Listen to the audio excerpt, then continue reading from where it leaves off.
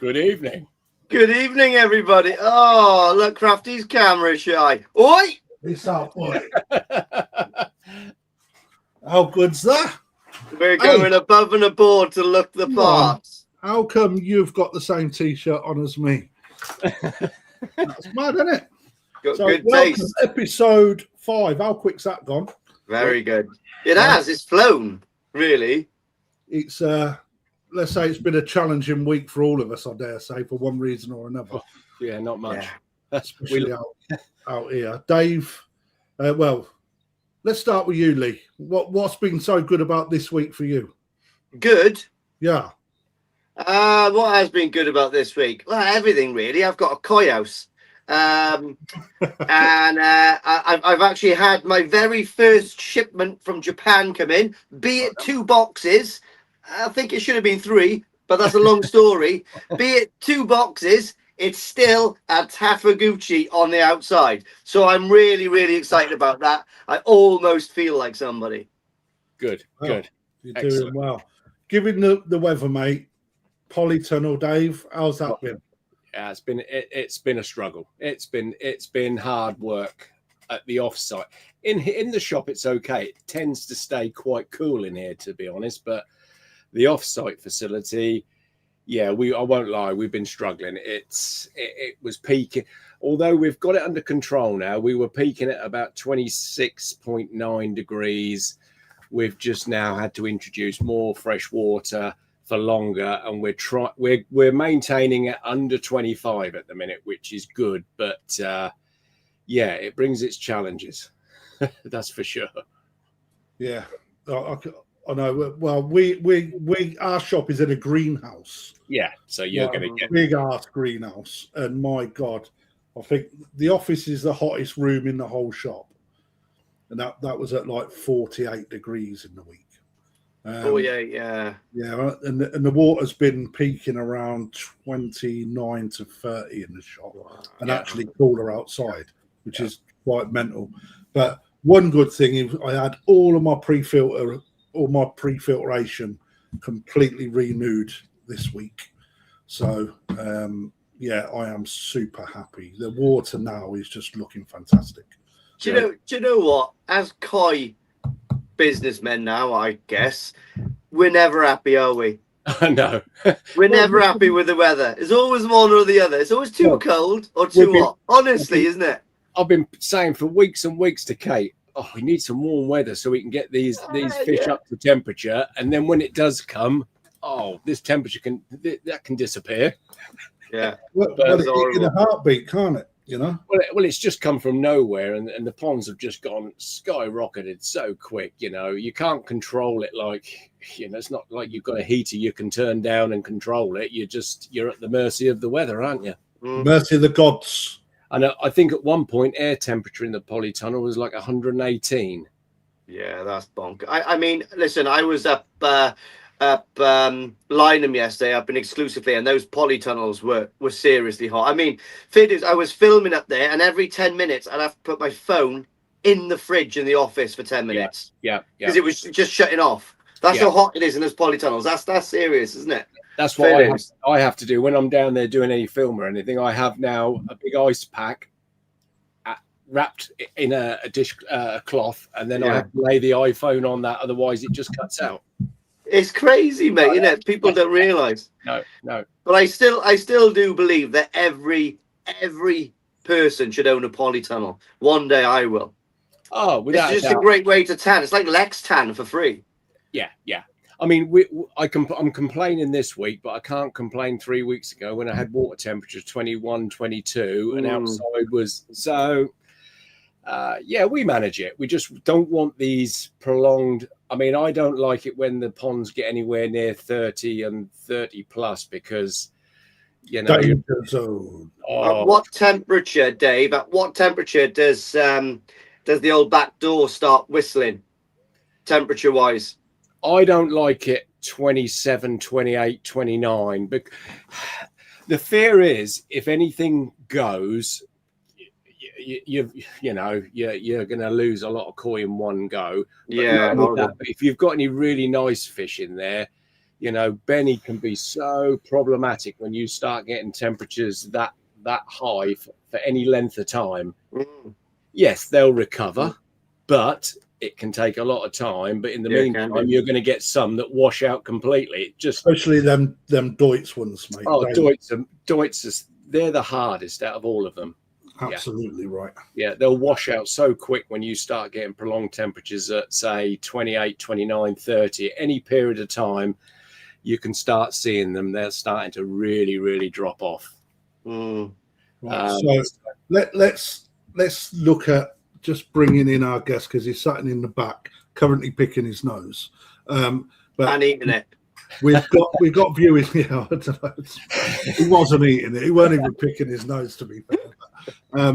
He needs no introduction to many of us, but I'm quite proud to be able to nail this guy down, because he's normally the other side of a camera lens. You don't generally see him on a show or in a photo or on someone else's YouTube video, unless he's in the background. And he's been running, in my opinion, well, actually, you can see behind me, an absolutely quality publication for a number of years now. And I've supported him from the start. And I'm going to introduce him. His name's Liam. Liam, you're coming in, if I can work out how to work this bloody monitor. And, whoosh, there he is. Look at that. That's magic. Am I live? You're here. You're live. Welcome along, Liam. Thank you very much for joining us. And I know you are one of the most shy people when it comes to YouTube. However, in this forum, he is, mate. He's not, mate. I subscribed to his OnlyFans. He's fine on that. It's not YouTube, mate. That's paid content, isn't it? You know, it's like it's forever a business. And that, Liam, thank you very much for joining us. It's a pleasure, and that's all mine. And I'm really, really glad to have you, because you've got such a legacy, and it's all documented behind me in these books. So I was really keen, or we was really keen actually, to get you on, because we want to poke the bear a little bit about stuff that you do, what you find out, what you don't publish, what you do publish, what your favourite thing is. So if you've got answer to all of them questions now, that would be great. No, I'm joking. So, Quickly. Give us, Liam, just give us a little bit about yourself. Now, I don't want you to start off with the World of Nishikigoi, because there's a little hidden gem about you that not a lot of people would know. Yeah. And I'm not on about your OnlyFans. I'm on about your relationship with koi before the World of Nishikigoi. Yeah, so I guess I started keeping koi at a really young age. I had my first pond when I was 8, so it's like 1998. And that was, old, mate. Huh? You're well old at 98. I know, well old. But yeah, I had my first pond in 1998, and that was made with a bit of leftover liner from my uncle's pond. And then I think I just followed the path that a lot of koi keepers do. My nan bought me a ghost koi that went in there, and then you're at a garden centre and you see a colourful one, and that's it. It sort of kicks off a whole different side of it, and I was just obsessive about it. That was my main hobby, if you like. And then I kept koi. Obviously, this was all at a particular level, because I was only I think I was 10 when I had my first koi. So I'm a 10-year-old, and I sort of would manage the pond all out of my own back pocket, saving up pocket money and birthday money and Christmas money, all that kind of thing. So it's very low key, but I got a lot of enjoyment from it, and it was something that I shared with my nan and my uncle. It was a shared passion that I enjoyed. And then sort of around 2000, I discovered the Koi magazine. So at the time you had one called Koi Carp and Koi Ponds and Gardens that later became Koi. And that was where I started sort of, expanding my knowledge, because at the time there wasn't YouTube, there wasn't, the internet wasn't huge for information on koi until the koi forums came a little bit later down the line. And then it sort of came to sort of teenager years, and I was in need of getting a paper round to pay for more fish and maybe a filter and a pump and all that kind of thing. But I didn't want to get a paper round. My brother had a paper round, and I didn't like the idea of getting wet and delivering papers. So I went to my first sort of Japanese koi dealer. I think I was about 12, 13. Are they still about now? What, sorry? Are they still about? Yeah, who was the they're still dealership? about. Yeah. Pardon? Who was it? It was Ken at the Koi Collection. Cool. Legend, yeah. I love that So guy, he was- and he is fabulous. He's a great dude, and he was about 25 minutes away from where we lived. And I visited him for the first time, and I remember I picked a little Marudo Shirazuri, and he said, "You can't have it." I was like, "What do you mean I can't have it?" He was like, "Well, it's in quarantine. You'll have to come back in 3 or 4 weeks." And that's the first time I'd ever heard of that. The idea that a fish was going through quarantine and I couldn't just walk away with it right there and then. And I said, "Well, it was in a tanker Shirazuri." And I said, "Well, you remember which one it is?" And he was like, "Yep, don't worry, I remember." And I was thinking, there's no way. And I was saying to my dad, there's no way he's going to remember. I'm going to go back. It's not going to be the right one. He'll have sold it, you know. Me thinking I picked a grand champion, he's going to sell it for more money, all that kind of thing. And I went back, 4 weeks later, and he remembered the exact fish. He put it in the bowl for me without me saying anything. And that initial connection sort of sparked an interest and a relationship. And then I begged him for a job, and he basically refused for months and months and months, until I think I finally ground him down, and he sort of buckled. And I would go in just one day a week. I'd go in on a weekend, a Saturday or a Sunday, whenever he needed me, and I'd clean filters and get in the mud pond and clear out all the duckweed and do all the mucky jobs. But through that, it taught me. I was just operating at home on a little, I think it was about 300 gallon, the first pond, and I had a little box filter, which was all I knew.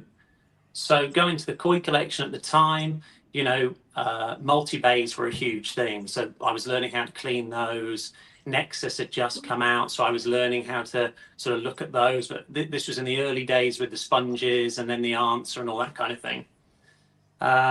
And he had bead filters. So I was learning basically how to maintain and clean lots of different filtration types. And I sort of stuck with Ken all the way through my teenage years. And I've as always had that relationship there with him. And he became sort of a mentor, really. So for me, doing the mucky jobs, every now and then he'd be like, "Right, well, this is how we catch a fish. And you get to do a nice job." Or here's how you treat a fish. I remember him having a big chagoi on the table once, and it got a bacterial sort of ulcer on it. And he said, "Well, there you go." It was huge. The thing was massive for me. I was only a kid. And he just showed me baptism of fire.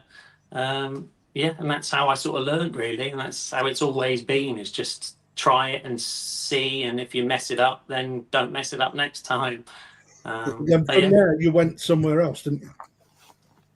From there, I went to, there were a few stages to this. After school, I worked at a Maidenhead Aquatics for a very short period. And then I managed a water gardening centre that's not around anymore, but they weren't koi focused. They were more installing wildlife ponds. We did sell koi, wildlife ponds and pond plants. That was kind of their specialist thing, and pond cleans and all that kind of thing. So that kept my toe in. And then after uni, I managed a shop in London, in Uxbridge, called Imperial Koi. So I was there for 2 years, and that was just a stroke of luck. I was desperate for a job that wasn't a call center, which is what I was doing at the time. I'm not very, ironic now because I sit at a desk loads, but I'm not very good at sitting down. I like to get up and do things. And I just rung around, and Nick, who ran the company, owned the company, sorry, I gave him a call and said, "Have you got any jobs?" And he was actually moving. He was going to close the sort of shop down because he couldn't find anyone to run it. And he was like, "Well, all right, then I'll give you a shot and we'll see what goes on." And I was there for a couple of years and had my first trip to Japan with Nick, which I'm forever grateful for, selecting stock, all that kind of thing. So I have experienced it. I'm very careful not to call myself a koi dealer in the truest sense, because I wasn't wasn't necessarily spending my own money, if that makes sense. I think that adds an extra level of pressure into it. But, you know, I worked behind the scenes basically as a manager, you know, sales assistant, however you want to look at it, managing the shop. There was only me. So I kind of empathize with dealers a lot. I feel like I've got an angle on the industry maybe that others don't have. And I try to, you know, keep it level when people are talking about those things, if you like. Well, Bob Walker from Walker Coy has just made a comment, which I think you'll probably snap this opportunity right up. So Bob Walker states that he's just spoke with Ken. He said that you're welcome back anytime to clean the filters, but you've got to be on the same money as you want.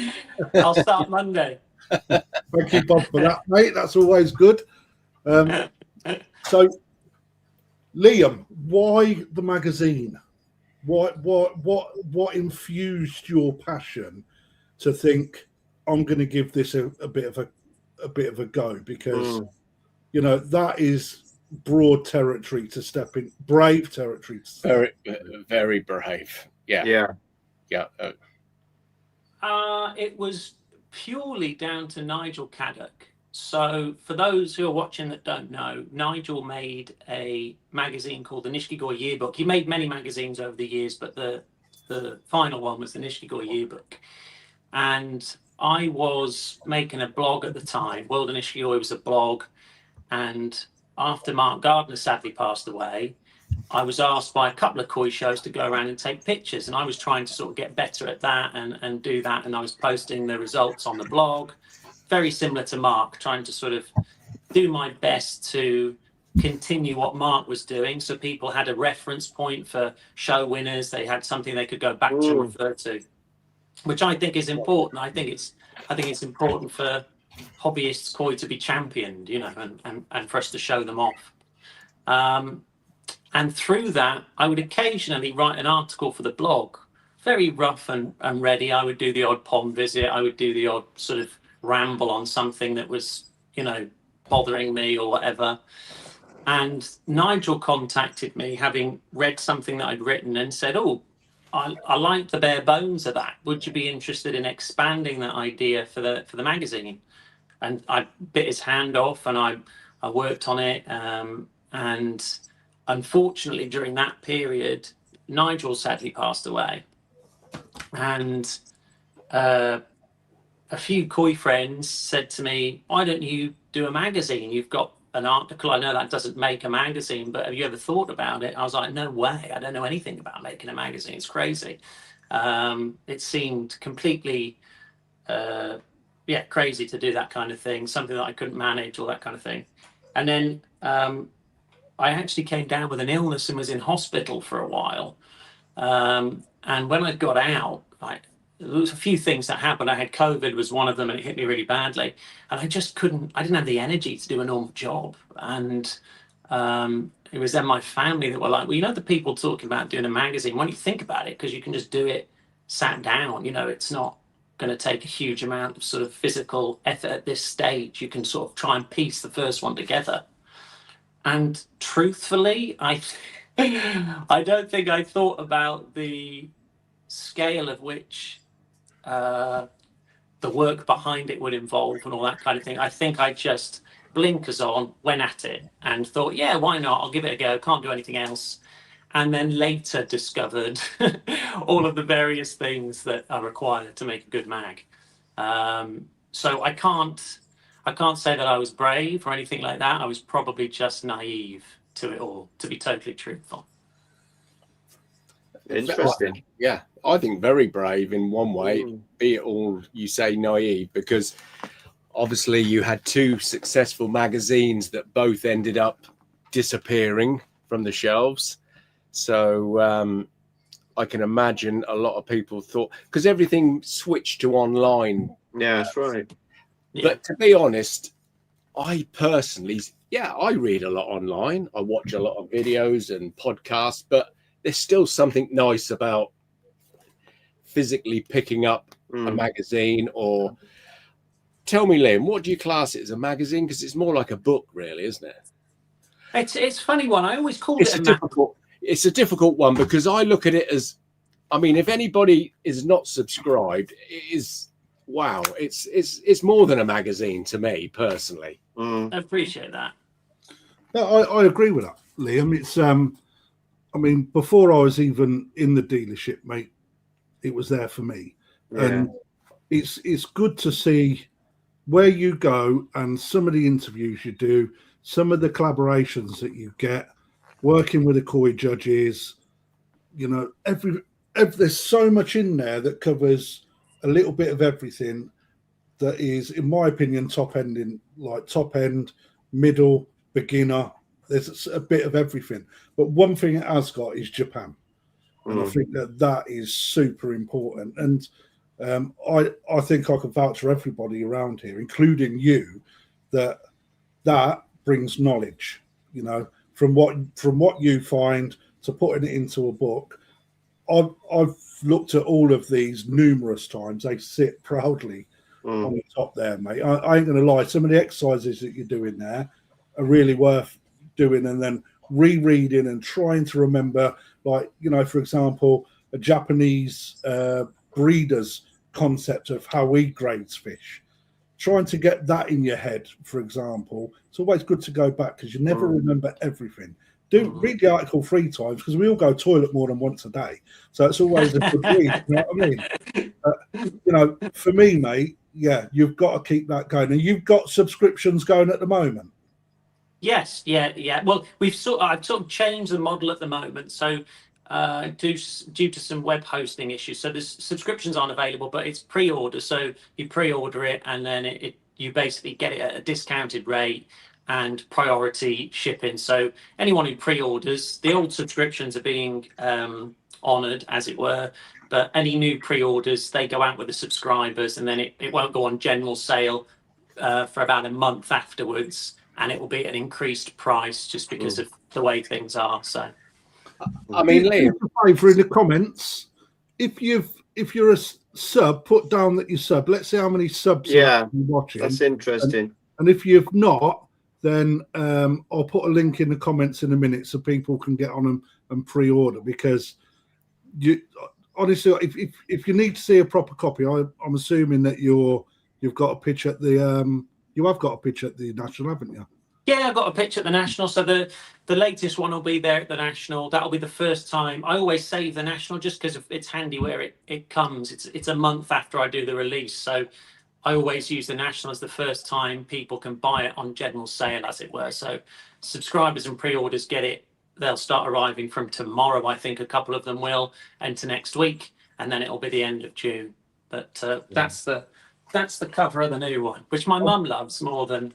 I'm really annoyed, actually, mate. I think I need to give you a bit of a telling off, because what have I done? When I seen on Facebook that the new book's out, what is it, issue 9? Yeah. Issue 9's out. I thought, when I get home, I'll tell you what, it's Dave's fault, actually, because he shared a post and I misread it. So I thought Dave had a copy. So I was like, I bet when I get home, it's going to be waiting, and it weren't there, man. So I thought, sorry. Bad planning on your half. I could have gone, look at it. I mean, what are you going to say, mate? Sorry, I was just going to say, if there is anybody who's tuned in and watching tonight and you haven't seen a copy or you don't purchase it, you really must. It's just banging. Yeah, they're good value for money. They're quite chunky, and it is. I mean, if you're a koi enthusiast, you know, the magazine does need to be supported because it is a nice thing to keep, isn't it? They look nice. I mean, I'm a big advocate about picking up magazines, and you know what? It's a shame. Any other hobby, air rifles to sea fishing, there's so many magazines, and you can go to Smith's and pick them up. I mean, I've always said, why can't we get a nice koi magazine into Smith's on the shelf in the general public's eye? That hopefully would lift the hobby a bit more. I would have subset. Have you ever thought about that, Liam? Trying to get it onto, you know, the shelves in the in Smith's and stuff like that. WH Smith's, I'm on about. It's sort of logistics behind it. You know, I originally thought about sort of distributing it through dealers and all this kind of thing, but I think I think you have to learn from history, which is that your big magazines of the day, Koi Carp and Koi Ponds and Gardens, which were huge. And I suppose if you're thinking about the USA, you had Koi USA as well. Massive magazines, thousands and thousands and thousands and thousands of subscribers. And they had an office of people that would put it together and all this kind of thing. Those days, I think, are gone. And I don't say that in a negative way. I think as a marketing a marketing exercise, yeah, getting a few copies on the shelf. But I think there's probably better ways to market the hobby in this day and age than trying to get a mag on the shelf. Because I think if you're going to buy a magazine, a koi magazine, you've got to have a certain level of interest in koi. I mean, this was actually a topic I was going to bring up at a later point, but my koi mentor, Mr. Wilkie, would always say 90% of people just want to fish. And I think when you remember that, you can apply that to being a magazine editor, a koi dealer, a koi club chairman, a koi show chairman. When you remember that, most people aren't interested enough to buy a magazine or join a koi club or even go to a koi show or watch YouTube. In fact, they're happy just with a pond in the garden with some koi swimming around, and they chuck a bit of food and have a beer, and it's happy days. So I think you're missing a trick, Liam. Okay. I mean, you know that I approach you about selling in the shop anyway, but there's times, mate, put it this way, right? I made some snow globes, right? Snow globes with just a couple of pictures of koi inside, put them next to the till, right? Key rings with koi on them, put them next to the till, right? People put a box of fish down, they put that on top, right? You're missing a trick. They're the little things at the till. And I'll give you, when I first started at Perfect, I come across 20 old magazines, the Nishikigoi yearbook that you mentioned earlier, still cellophane wrapped. I open them up, I put them next to the till. All of them sold within a week. I generally do believe that, let's just say, how many carp fishing magazines are there? Sea fishing, trout fishing. There is, dozens and dozens. If you go to W.H. Smith's, when you look, that obviously all at the hobby sections are all sort of like quite cleverly marketed and placed on the shelves. And I can imagine, sea fishing, carp fishing, then with some koi magazines. And everyone that's interested in fishing would definitely consider, if not actually buy one of those. I generally do believe if that was in front of someone, they would be interested, and that could spark off, something. I think so, generally. Liam's off to the loo. Sorry, I lost audio then. My phone timed out. Sorry about that. That's all right. No worries, mate. Lee was just saying that. You say it again, Lee.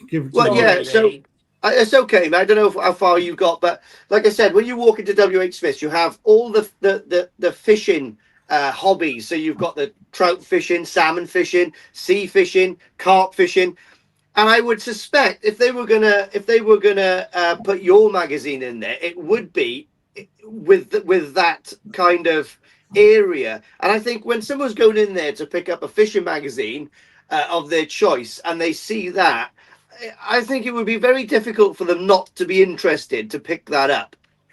Yeah. What do people at home think? Would it be a good idea to have on a shelf in a store, in a koi dealership, etc.? What do you guys think? you're the guys that are targeted at the end of the day. You're the people that Liam wants to sell. Yeah. But ultimately, I understand where Liam's going with this, because if you keep it fairly exclusive and in-house, there's a little bit more control, and maybe maybe the logistics of it for one man is how many people work with you, Liam? Just yourself. Me, and then contributors who contribute to articles. But everything about the magazine production, even the fulfillment, is handled in-house. I post and package and handle every single magazine that comes in. I do it all because I am a perfectionist, but also when you start using fulfillment services. They don't use the packaging that I like because they're heavy books. I experimented a lot with this when I started. Because they're heavy, they get damaged in the post. You know, they shove them through the letterbox. They dog ear the corners and all this kind of thing. So they have to go in boxes. And if I ask fulfillment companies to do that, they start sapping basically what you earn from it. And I guess that was always my worry as well with going into dealers in the most respectful way. What you'll end up with a price war. I know you will. So you supply it to X amount of dealers, and then so many people will buy it, and then you'll get to a point where you fill people up and dealers start dropping the price to shift the copies, and then you've got just like it is with every other koi product, and then you've just got no control over it. Yeah. And that idea has always sort of frightened me, to be honest. And then it devalues the product. Then people definitely won't buy it from me because they know they can get it down the shop at a reduced rate. It's always been, interesting what you're saying, Lee. I think that's a very interesting point I hadn't thought of. The idea of a bit like a shop window. You go in, you look at the magazines. Because when I was a kid, actually, that's just put in my head. Go into a news agents and you see it there, don't you? You go, right, I don't know what that is, but I want it. I want to have a look inside. So there's definitely something there which I'll think about for sure. But what the logistics are, there was a shop in Manchester that I was going to try and get it into, which is a different kind of magazine shop. But then I think their clientele is so niche they probably wouldn't sell any. Yeah. But then again, obviously that I think the people. Obviously where Crafty's just said now, you've asked the people watching, would you pick it up? They all would because they're koi keepers because they're watching this show. But yeah. I'm pretty sure, 9 out of 10 carp anglers would definitely read that in their bivvy for the weekend. Yeah, fair point. Do you know what I mean? Yeah. And I bet 9 out of 10 carp anglers that don't keep koi at the tipping point where they really want to keep koi, and something like that might tip them over the edge. Oh Jesus, that's a good idea. Yeah, it just ignites that little spark then to want to do it. Okay, so to go back, right, Liam? Yeah. How many serious koi hobbyists come through the shop every single week? Serious koi hobbyists at my shop. Through your shop? Percentage of the amount of people buying koi, how many would be serious koi keepers? What do you judge by serious? Okay, so let's put them into a price point. Yeah. How many people come through my shop, percentage wise, that would spend money on fish that are under £100? The biggest percentage. Correct.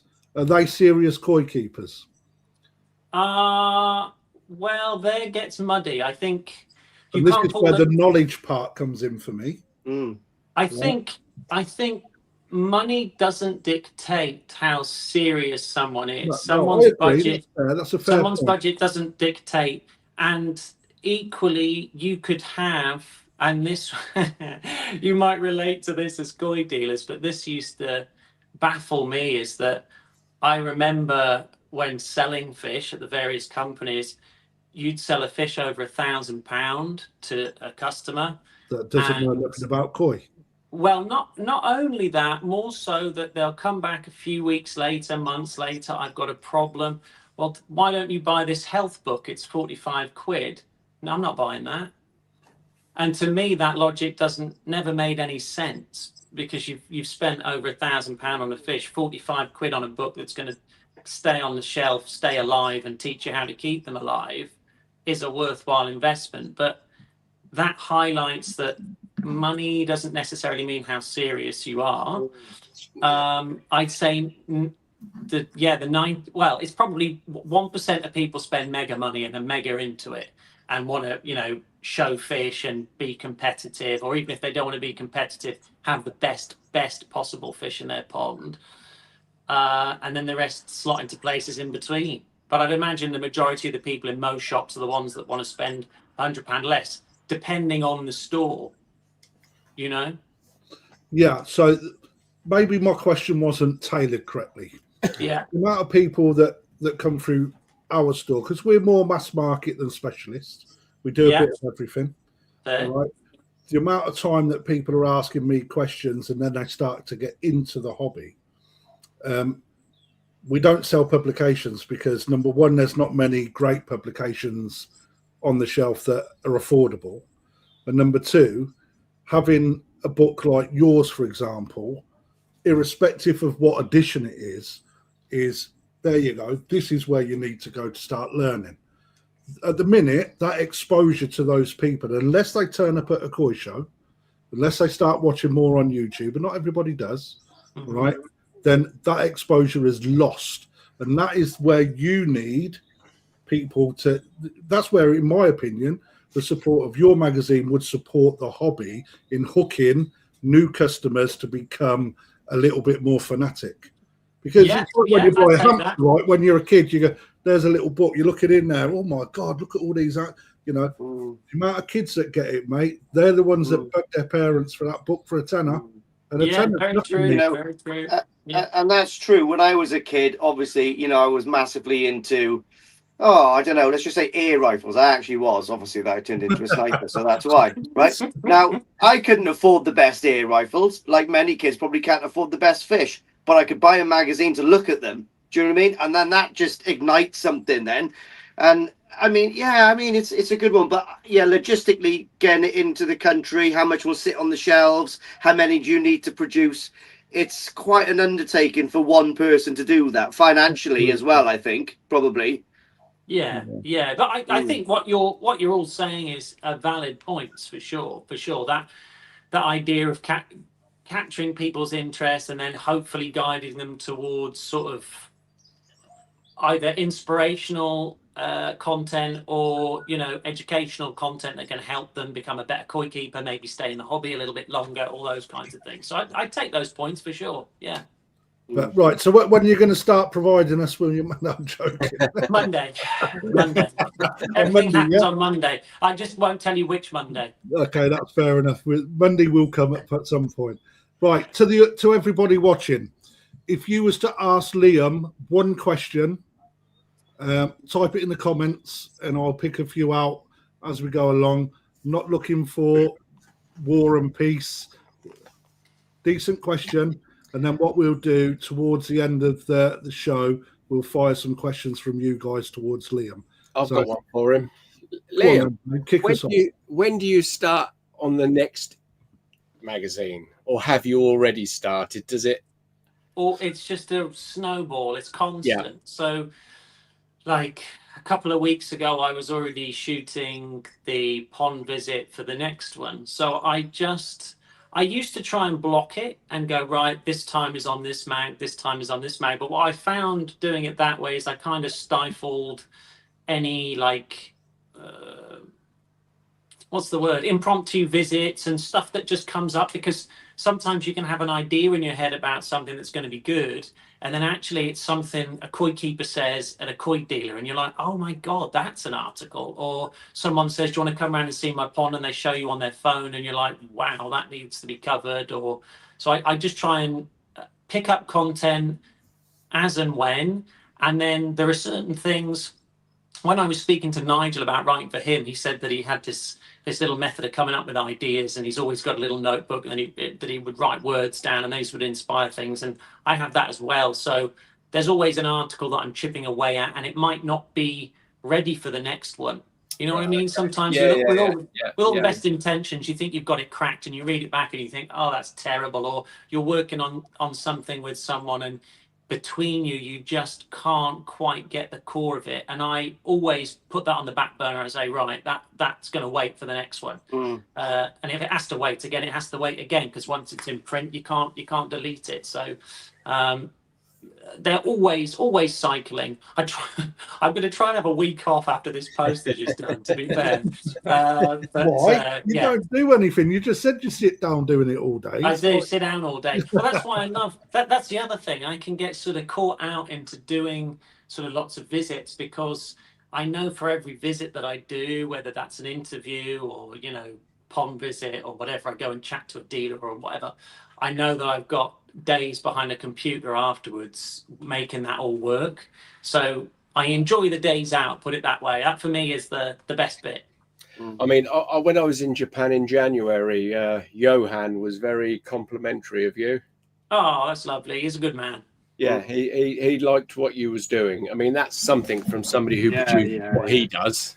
Yeah. So Johan's been going a very, very, very long time. Yeah. So he was very complimentary when I was speaking to him. So yeah, well, it's very flattering. So Nisihikigoi, by the way, have you seen these T-shirts, Liam? You know what? That's what I was trying to get at the screen. I couldn't figure out if you're all wearing the same T-shirt, and you are. Oh yes. Yeah. Look at that. We That are is professional. Right. That is very professional. Nisihikigoi, strip at the bottom. Right. These guys. Don't stand up, please. Don't stand up. No, it's all right. I'm all right, mate. Look. Oh, actually, I better brief in because it's Lee. Don't ask Lee to. Lee, mate, not me. Mate, Dave? Who on earth do you think I am? I'm absolutely fine. Look, I was there from last week, by the way, doodling.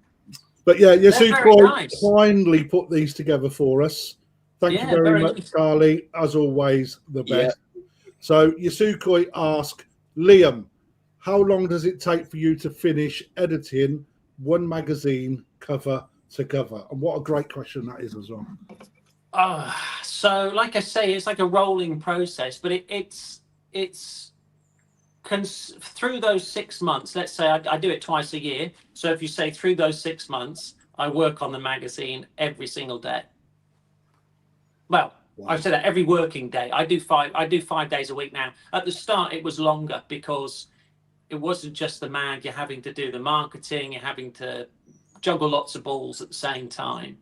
But now 5 days a week, every day is spent on the mag proportionally. But that's broken down into lots of different elements, not just content. It's also down to social media and marketing and video editing and editing pictures. And then oftentimes the days off, I end up doing a visit somewhere and getting content that way. So if you said 6 months, then that's fine. But it used to be, the whole idea originally was that it was part-time hours. So it'd be part-time hours for 6 months. Of course, anyone that started their own business knows that there's no such thing as part-time hours. So you just work and get it done. Yeah. I've got a question for you, Liam. Go on. And it's bugged me for a little while since issue 1 of your magazine. Yeah. Why has issue 1 got that kind of matte feel to the cover, and then something clicked in your mind and you went, no, I'm going to do them all glossy. I'm going to slightly change them, because obviously in your mind you've done the first edition and that was going to be obviously going to match the whole run, and then all of a sudden you changed. It's some sort of was it a price consideration, or was it a personal decision that you made? No, it wasn't price. The place where I get it printed, there's no price difference between matte and gloss. It's like a laminated cover. To be honest, I think when I come up with the concept for the cover, I think you look back at things and you go, I don't quite like it, and I didn't like it. I originally printed it, and I remember someone saying to me, "Oh, it's all very black." And I remember thinking, oh, it is all very black. And Johan actually said something to me. He said, oh, I wouldn't have done it all black. You should have maybe had a bit of colour here, there and everywhere. And then that got me thinking about it. And I wanted Japanese breeders on the front. And when I started looking into that, the gloss suited better.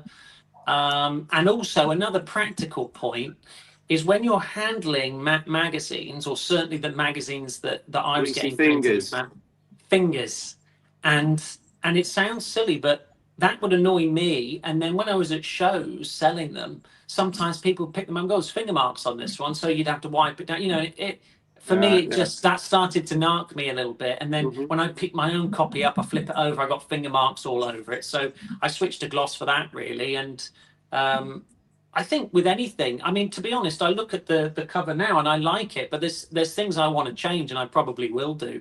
I think like with anything creative, you're probably the same, Lee, with your artwork. You do it, and then in a month's time, you can look at the same piece of artwork and go, you know what? Actually, I tweak this, I change that, I do this, and that's all part of the creative process, I think. Exactly. Yeah, I just always thought that, because I've obviously got all your magazines. I support you, and I'm an avid. I love collecting things. As soon as it does something to my OCD when they're all in a little line, and I love it. Yeah. Right. But the one thing that's really annoying me is I've got 2 issues of number 6. I don't know what to do with one. I might give it away to someone who hasn't got it. But yeah, I just always thought why that was slightly different. Yeah, just change an artistic thought. That was all it was. I And there'll like probably it. be another one just to annoy your OCD at some point. That's it. That's it. You knew exactly that's where he was going with it, mate. Look, why haven't you kept it black? Everything needs to be black. I'll reprint. Oh, it'll still be black. I think it'll still stay black. I like the black vibe. So, Liam, have you got any more plans for Japan later this or October, maybe?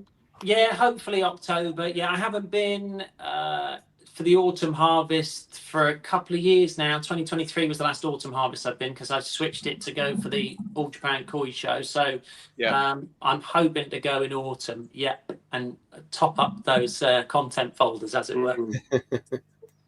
What about yourselves? Are you all out there in autumn, or? Yeah, I would have thought so, by hook or by crook. Yes. Yeah. But even though I love autumn, but you know, for me, for my, I don't know, for the way I could see this business going forward, realistically, I mean, February is really my time. I prefer the toes eye part of things, but who knows? It could all change. But yeah, definitely want to go over in October. It would be amazing. Early October though, it does get silly over there, doesn't it? Yeah, I mean, it was bad enough when I went, but a couple of years back. But watching it online in the last few years, it's getting busier and busier, isn't it? Yeah. I've got nothing booked yet, Crafty, but it's looking like first week in November-ish, something like that. Be busy then. Unless it's south. I don't know what it's like down south. Yeah, it'll be down south. I mean, it'll be all pre-organised, but it will still be busy. You know, they'll probably be out there for the. I've been asked to go again this year, and I didn't go last year or the year before to the Ogata Cup. So, I think this year it's only right that I make an appearance there and go there, and it's always handy. To be honest, I think the best advantage of going that time of year, in all fairness, is you start to get to see what Tosai are available. When you miss out on an autumn trip and you just go in spring, you know, you're just not seeing everything. Whereas I think going in November, you can get to have a look round and seeing what's spawned well. Have a word with the guys on the farm. They'll let you know what's done well, what hasn't done well. So you've got an idea what your Tosai is going to be like. So. Yeah. And talking about the farms and stuff, and obviously talking about Japan, Liam, when you go to Japan, obviously you're there. You know you've got a very well-known magazine. I would suspect the breeders in Japan these days are not naive to the fact that positive advertising. I mean, it's like racing, isn't it? Win races on Sunday, sell cars on Monday. You know what I mean? So, I mean, when you go over there, are you accepted very positively by all of the breeders? And do they give you inside information about kind of, oh, listen, Lee, you know, do you get little WhatsApp saying, oh, we're doing a harvest there. Would you like to come and film, take some pictures? Because I've seen you around Danichi quite a few times with Shigeru hanging around. I mean, have you got a good relationship with him, for instance, or? I'm always very wary of saying relationships, but because it can put across the wrong kind of what's the word? Well, it's not a relationship, is it? It's a situationship that you want something from them, and they can get something from you, basically. Yeah, I mean, when I've been very lucky. I sort of flit about between different people, and that I stay impartial in that regard. I'll go with anyone, and then they're usually very good with access and all those kinds of things. And then when you're there, yeah, you say, have you got a harvest, or would this person mind an interview? And sometimes people are up for it and sometimes they aren't. Sometimes they're busy. Autumn can be very difficult, as you guys know, because it's so busy. Trying to get a breeder to sit down for a couple of hours while you grill them isn't like best timing. And I'm always very wary of I never want to make a bad impression, and I don't want to impose either. So I'll sort of only go to things if it's been okayed and invited, and I'll always make sure when I get my camera out, I ask, because I don't want to upset anyone for that reason. You know, I plan to be going for many years and making content. So I always try and keep that going. But yeah, sometimes you get the drop, and then other times it's some of my friends out there who have the drop, or they'll ask outright. Johan, Steve Gibbons has helped me out in the past as well. And when I've been down south, I've been with Mike Snaden, and then other times, you know, you can message people, and if they're quiet, luckily, you know, a couple of times I've caught Ryuki when he's quiet and he says come down or whatever, and it just works out. But yeah, you know, I always try and just be open, and if I'm interested, message them and see. I'd love to be able to speak Japanese, you know, and then it would make the whole thing easier. So I've got to start learning that. Any farms that you haven't been to yet that's on your wish list that you I haven't been down Ogata way, so I haven't done any of those. Right, okay. Ogata, Beppu, Marichiku, Akawa. Never been to any of those. Okay. I've only been to Saka Fish Farm once. It'd be nice to go back there and check that out. Those areas, I've done this sort of Hiroshima area, happy down there, but yeah, Ogata way I've not been. And then at Nagata, there's not many places I haven't stopped in at, but there are places that I'd like to go and explore more and get more content out and sit down with people. But it's just timings with those things. Autumn's not the right time, I don't think, or sometimes it can be. You're just catching them on a day when they want a meal and a sit down, I guess, and then, you know, buddying up with Johan helps, because then we can sort of tag team them and ask questions and all that kind of thing, you know. Yeah. You'd certainly get some content down there, I think, Liam. Yeah, there's a lot going on down there. Yeah, it looks very impressive. I've seen a few YouTube videos on it and stuff, and it looks great. I mean, anywhere where there's koi, really, I'd go anywhere just for the interest of it. You know, it's the same as I like visiting farms in the UK. I've been to Poland. You know, I'd love, as crazy as it sounds for some people, I'd love to check out what goes on in Israel. Not currently, but you know, I'll take you. If you take me with your air rifle, I'll go. We'll look after you, mate.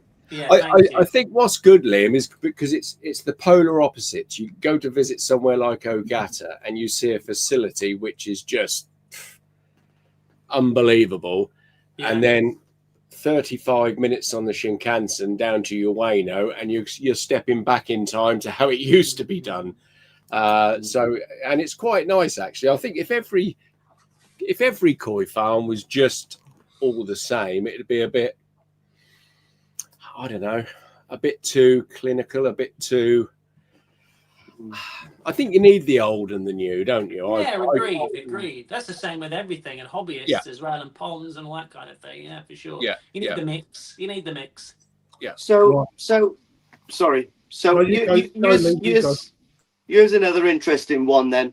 So my first question is, I probably know the answer for the first question, but the first question would be, do you currently have a pond in the UK? And the second question will actually marry up with that.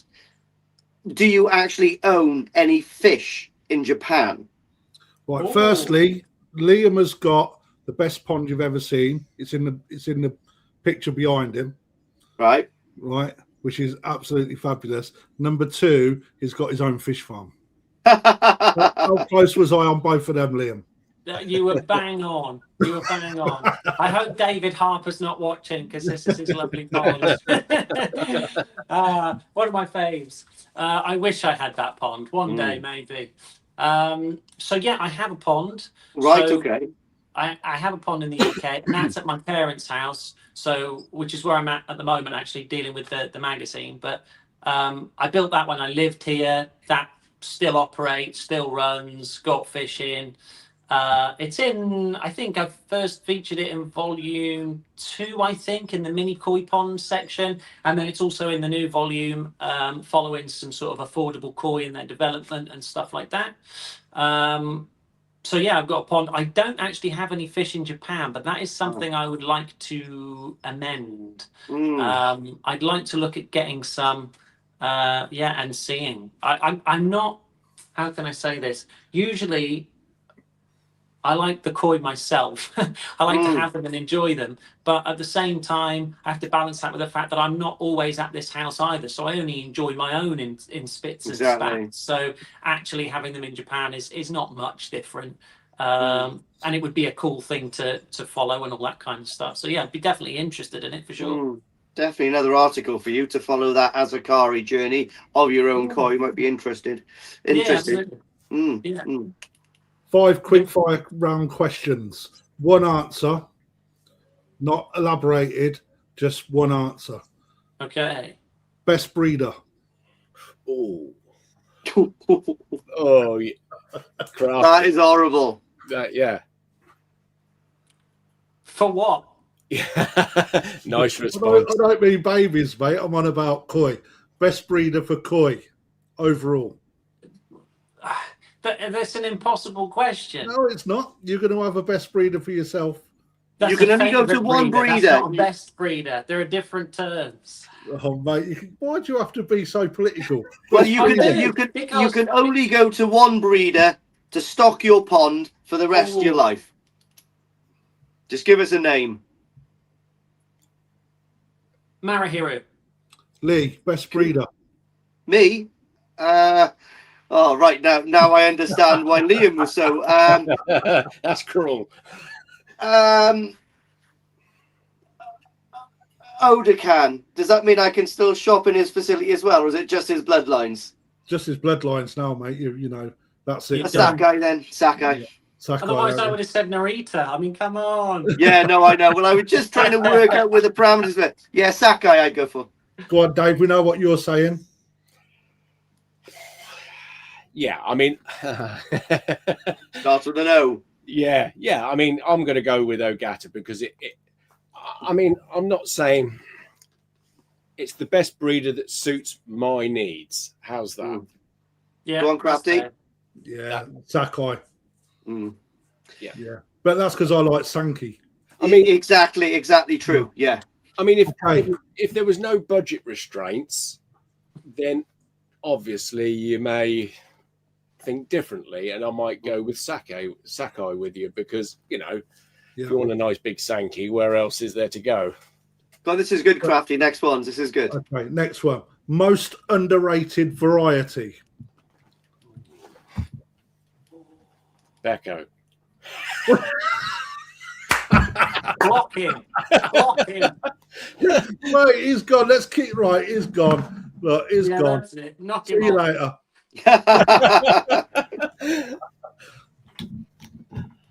That's a tough one as well, huh? Underrated. Who's going? Go on, Lee. Liam, is it? Yeah, Liam. Liam's got to go first. He's a guest. So that means he gets the pick of everything, doesn't he?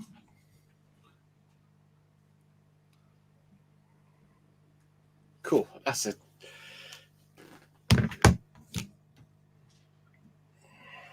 He is really thinking about this. Can you hear us, Liam?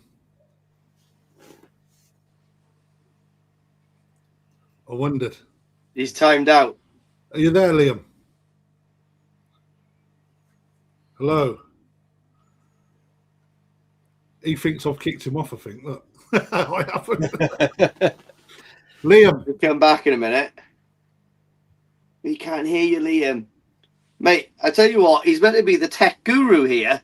Well, as the youngest amongst us as well. While Liam's fixing his live issues, most underrated variety, Dave. Most underrated variety. Can you hear us, Liam? No, you still can. I've got two that I quite think maybe, but it's getting good examples of one of them. Certainly is maybe a Chiba. Ooh. And the trouble is, my next one's not underrated because they are very well rated. It's just whether you can get good examples. So it's a difficult question, really, to answer. Ask Lee, and then I'll come back to it with a. Well, mine is a Akamatsuba. Do you reckon? I mean, I just absolutely every time I see a good example, I'm in awe. You know, with the scalation, the Otsuka jowls and all that kind of stuff. I mean, but some people will probably class them as a very boring fish. But I think a good example is absolutely outstanding. You know. Right, I'll have a go. A Sagi. Yeah, again, Akamatsu, you know, it's the same sort of like thing, you know. I think they are definitely one of the most underrated varieties of fish. Try. Can you hear us now? Try putting Liam out and back in, maybe. Okay, let's try it. I don't think that'll fix it, but any better, Liam? No. I'm going to kick him and ring him. Yeah. I wonder what's wrong with that. Anyway, it's just me and you now, Dave. Let's just ignore Crafty for a little while. What's your most rated variety? Oh, most rated. Mate, just try signing back in again because you had. Trouble is, it's going to fall down to a category, Lee, that I actually quite like. So, Go-Sanki category, obviously. No, it's not. No. Shiro Atsuri. Yeah, I mean, listen, I think Shiro Atsuri is amazing. I've seen plenty up in Ryan's this weekend, yesterday, and they're just mind blowing. I'm just drawn to it. Just simple black and white, and it is absolutely fantastic. However, for me, it's a Sankey. It's that forever search for the perfect body. And pattern and skin. I don't know. Sankey for me is a serious thing to look for, isn't it? I mean, you got the next. Yeah, I mean, everybody. I can remember years ago, everybody was saying Kahaku are so difficult, but I mean, you've probably seen it. You can go to dozens and dozens of breeders in Japan, and they'll all somewhere have some nice Kahaku. But getting a breeder or an affordable breeder where you can purchase Sankey from is incredibly difficult. Can you hear us now, Liam? Yeah, I can hear you. I can hear you. Awesome. Sankey are an underrated variety. Yeah. Yes. Yeah. Go on. Yeah. You'll go. Right. So we've chosen. Mine is a Sagi. Lee's. Oh, we've changed spots now. That confused me. Lee's Akamatsuba. Akamatsuba, and Dave was a Chiba. Oh, a Chiba's a good one. Underrated. I think I'd go Chiba. I think it's hard to beat a good Chiba. A really good one with a good pack. Hard to find, hard to beat. Yeah, mate, not hard to find. Well, they're easy to buy because the Japanese keep them. Yeah, they're easy. Getting a good head pattern on them is hard. Yeah, they're easy to find and purchase, but they're not easy to find with good patterns. Same as Kajaku. Yeah. Kajaku also one. I'm really into Kajaku at the moment. Yeah, same here, Liam. But finding good ones with good pattern, very hard. We'll start a bit of a fish appreciation with the Kajaku that you sent in, Liam. Anyway, right, here we go then. Dream Koi. Dream Koi. What variety or specific koi? I don't. Overall. Broad question. Yeah, but it gives you a preferably of massive amounts of answer, doesn't it? I've got one straight away because I've seen the thing in the flesh.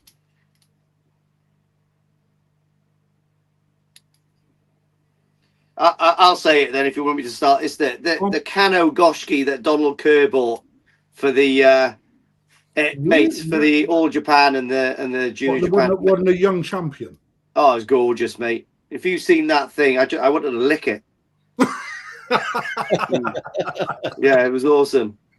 Okay, I'll tell you, this one will surprise a lot of people. The Sankey that always gets runner-up. I would love that fish. Yeah, nice fish. I would really love that The fish. Sakai one. Yeah. Yeah. That is the one that everyone said's got a baby head and a giant body. Oh, you like that one, do you? Yeah. All right. Well, Liam, actually, what's your thoughts on that koi?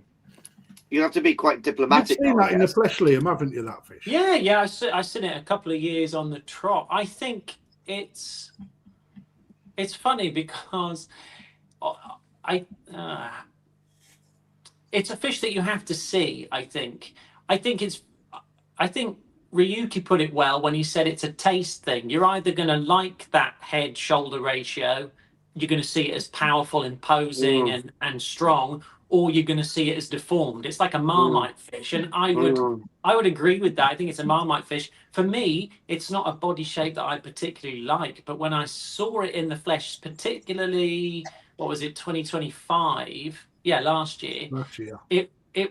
It was a bit more in proportion, but the skin, the sumi, everything else is just it is colossal. It's like a battleship of a fish, and if you're into big fish, that's about as big as imposing as they get. And then when you start to consider, I know this isn't really from a judge's point of view because they don't consider these types of things, but how hard it is to get a Sankey to that size, for the sumi to stay consolidated, not break up and go speckly. It's like 1 in a million fish. Do you know what I mean? So absolutely right. I could totally understand you want that swimming around your pond. If someone offered me, I'm not going to say no. Well, I don't even have it stuffed on a plinth. That is just like a mental fish. Yeah. I think that'll certainly be a fish people will remember and talk about for a long time because it was exactly what it was meant to be, impactful. You know what I mean? It was exactly that, imposing. I mean, you going out there, Liam, you see, you get a lot of behind the scenes access, right? You get the journalist badge where you're not impeded by people coming in to have a look, any owners. The breeders tend to stay out your way and let you get on with your job, etc. What has been the fish that stood out to you most in the UK? The All Japan Koi Show.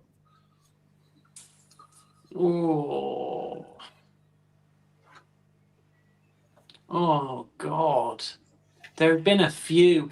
There was a Yamabuki last year, 2025, that I think won the Jumbo Prize, and I thought I'd seen the best Yamabuki I'd ever seen, which was Patrick Max at the Holland Koi Show, and also saw it in Belgium. Oh yeah, that was an amazing koi, but this was like an up again. Which is quite difficult again because that fish that Patrick's got is insanely good. Yeah, where were they 100%. From? What farm? What farm are they from? Izmir, I guess. Izmir. They were both from Izmir, yeah. And these are, huge. I mean, I can't remember how big Patrick's was, 103, 104 when I saw it.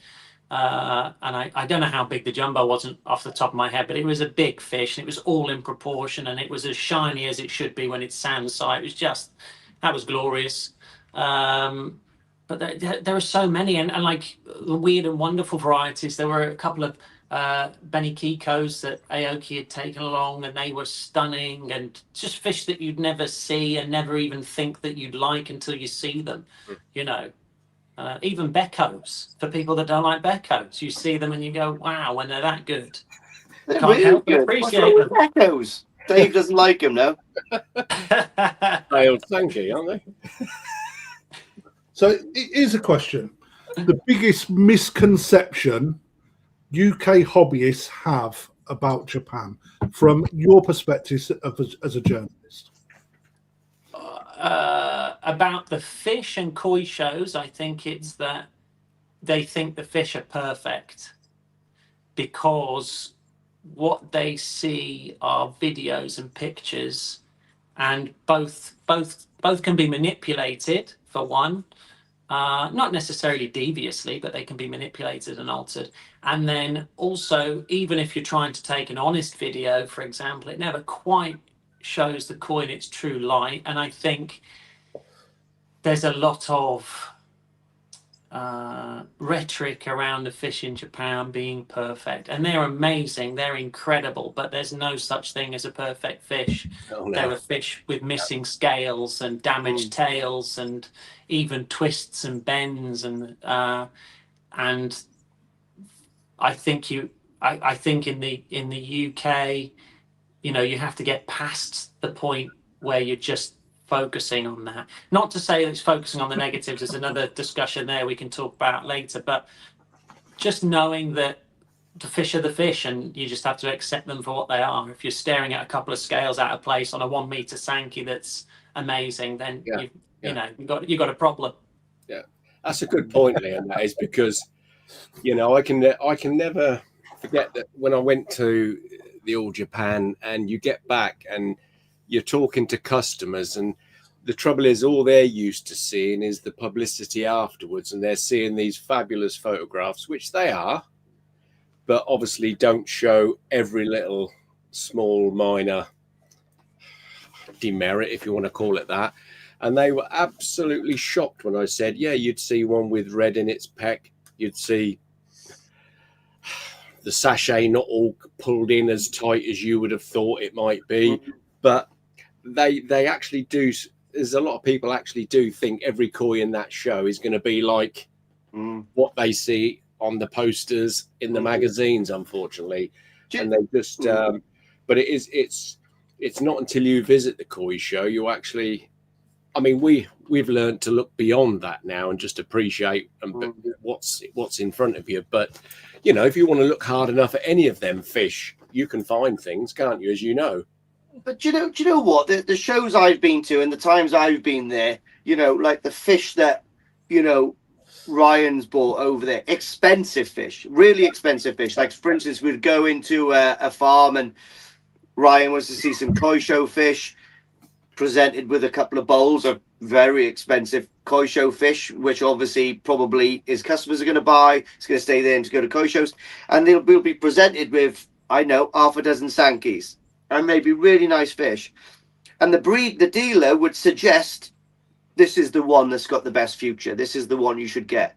And, you know, half the time, Ryan has to go, I don't want that one because it's got a bit of red in the peck or it's got a red eye.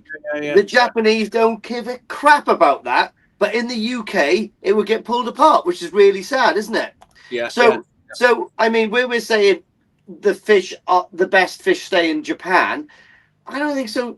I mean, the Japanese just consider fish to be better than others, but they I think these little things they just overlook because they're looking at the overall quality of the fish, and that is just such a minor thing to get perfect skin and perfect body.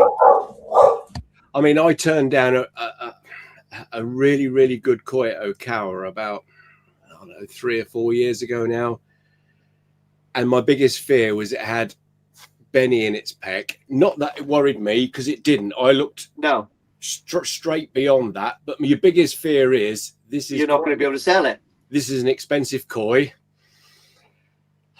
Everybody who wants to spend that money is presuming that you're going to get the perfect koi for that price. Well, in reality, you're nowhere near getting the perfect koi for that price. And it's so in the end I had to decline it, and then it went on to do quite well at a show in Japan. Yeah, but they do well in Japan, but it blows the Japanese the breeders' minds, doesn't it? They're like, they don't understand. When I pointed it out, they just look at you as if you're stupid. You're like, are you serious? On drugs. They look as if you're on drugs. If you start pointing out a little bit of Benny in the front peck or you know, any small demerit that we worry about as a dealer to try and sell, they just don't see it. If everything else is just so good, they just do not see it. I think that's something that's been drummed into people through maybe koi shows. Do you know what I mean? In the UK more than anything, you know? Yeah. Because I know probably Alan's watching, but obviously they've got a criteria that they're looking for.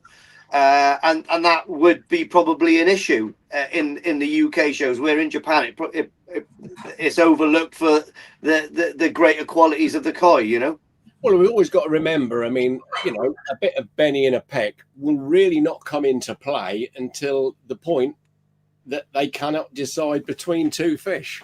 That's right, yeah. And your koi may be well above anything else anyway, so it's not even going to get to that point. But yeah, exactly. I've had these discussions with Crafty actually. You know how, like, seriously, exactly how these koi are judged in the UK, but it's kind of kept quite to their chest. Actually, they keep their cards to their chest, don't they?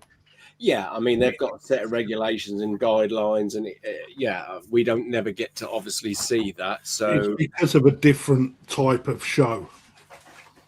In the UK, we've got a hobbyist show. In Japan, yeah, it's a breeder's show. A breeder's show. And yeah. Irrespective of what anyone says, there's many people out there that buy koi in Japan that never see their koi. They only ever see a video or a picture. It gets shown, they win an award, which, you know, no kudos still to them people. But there's nothing better, in my opinion, than bringing a koi back that you've picked out of a pond, developed it, brought the skin up, got all three colours, if you was on a Sankey, for example, all looking absolutely fabulous, irrespective of size, and you get it in a vat and it looks amazing. You know, it's just two different aspects of you do it or they do it. It just depends which way you want to go. Right. Talking about negativity, yeah. Let's throw one to Liam now. You've obviously had loads of amazing experiences in Japan. What's been the worst experience? God. I mean, mine was getting lost after coming out of the karaoke bar once. No, we nearly got robbed, didn't we, Crafty? Yeah, we nearly got robbed, yeah. In Japan, that's good. But anyway, he was only like 3'4", but yeah, he started. He was like that, looking at us like that with a wonky eye, going, "Give me some money, give me some money." And I was looking at him, and I was like, he's just trying to rob two ex-squaddies. Mental. Yeah. But anyway, back to Liam. I honestly don't know. There was a time when I first went with the magazine. I had a week on my own. I hired a car and I went exploring to try and find like various viewpoints over the mud ponds. And I went a little too far down a very narrow track, and the road disappeared. It literally the tarmac disintegrated into nothing, and what looked like a road on my map was just not happening. And I didn't have any mobile phone data. I was just operating via GPS. So there was no way of contacting anyone. And the only way back up the road was to kind of do a very, very long maneuvering of the car to turn it around to get back up there. That's the only really bad experience I've had. I did fall in a pond at Kaneko once, but that was funny. Kaneko, mate, with Yasagi. Amazing. I stepped on a board that looked like concrete and it was polystyrene, and I went in, ruined my mate's camera, and had to sit on a bag in the back of the car to make sure. However, that could have had a silver lining if his wife came to rescue you. I mean, you know, we're not saying anything, not like you and me, pal. Yeah, but yeah, I like Kaneko actually. But anyway, yeah, that's actually really quite. I thought you would have had maybe a couple of awkward situations in koi houses, but that's pretty good if you just got. Maybe there was a time early on. I guess the most awkward one that I always remember was the first trip with the mag. It was the start of the week that I was on my own, and I was driving around in the car, and I was just sort of looking for content, if you like. And I drove past a breeder who'll remain nameless. They didn't do anything wrong. I was in the wrong. And I got out of the car and they were unloading fish. They'd been to a harvest, but there was no one else there. It was just them and a worker unloading fish. And I got the camera and I said, picture okay? And really sternly, no. And I died because I thought, oh my God, do you know what I mean? Like, what have I done? And then afterwards, on reflection, you think, well, there are sometimes breeders are harvesting ponds that maybe it's not gone so well and they don't want to 100%. maybe it's their tatigoi and they don't want people to see those either. You know, maybe they've had a bad day that day. Maybe they don't want to entertain anyone. They've been up since 5 a.m. And that, it was an awkward situation for me because I find those situations awkward. And I came away thinking, oh, you idiot, you've made a bad impression and all that kind of thing. But it was a good lesson in, you know, making sure you're on their time and making sure that you're polite and courteous and, you know. Yeah, same happened to me, mate, last year in Yoshino's. Started doing a bit of filming in a pond, and he was like, "Whoa, stop filming! No film! Yeah. No YouTube! No YouTube!" Yeah. He's keeping certain bits quiet. And also, you got to realise that bloody hell, that's a stressful time from over there, and some days probably don't go very well. Imagine going to a really good pond and you realise it's been ravaged by predators, or I mean, the whole pond's been, you know, turned upside down. I mean, that's going to really affect you, isn't it? And then your patience is going to get wear thin. I mean, Otsuka is a great example of that. I like Otsuka. He's really straight talking, and sometimes you go there and there's the happiest man alive. He just reminds me of one of those little Japanese cats, right? He's cool. And then you go there the next day and you can see, oh, he's had a bit of a bad day. I think I'll keep my distance a little bit. Do you know what I mean? Because he's quite easy to read, to be honest. But yeah, some of them, yeah, you've got to respect, I suppose, over there, especially you as well, and me to an extent as well, because we've always got cameras in our hands, haven't we? Yeah, and some of that stuff. You're on their turf as well, and sometimes you're in their homes. Do you know what I mean? So I think you have to be respectful of that and put yourself in their shoes. You know, I think, you know, YouTube's done great things and magazines do great things for the hobby, but you know, it's full on if you're having a camera shoved in your face. And I think what people forget is, you know, it's not just us walking around trying to get sort of candid footage, as it were. You've also got people that have, you know, bought fish and then they stick a camera in their face and go, hey, tell me they're tatigoi, and stick your thumb up, you know what I mean? And they've got all that to deal with. There's a lot going on. So it's just making sure, I think, that you're polite and, like you say, reading the situation and reading them as best you can. So coming back to the UK, Liam. Yeah. Okay. So obviously your coverage, All Japan Koi Show, which I want to get to in a while. Breeders' interviews, which I want to get to in a while. Narita Dainichi Sakai, various films about stuff. But one thing, from your perspective, what makes a good koi dealer? Ooh. Bearing in mind, as a journalist, you've got to cover these sort of topics off to an extent. Maybe, I don't know. Correct me if I'm wrong. I mean, we've all got our own opinions, including the viewers.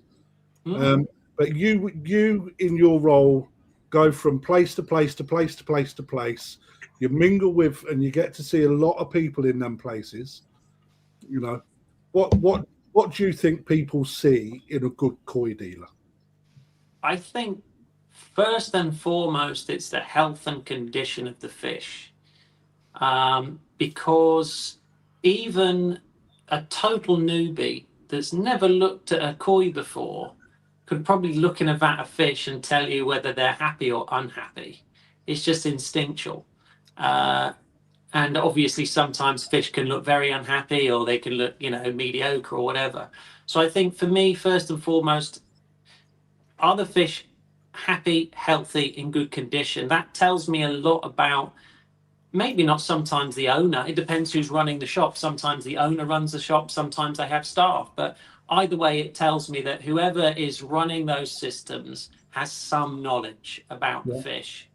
For me, that's important. It's not so much the spread of fish that's available, because you have dealers that try and cover all price brackets, some that aim at the high end, some mid end. That doesn't matter to me.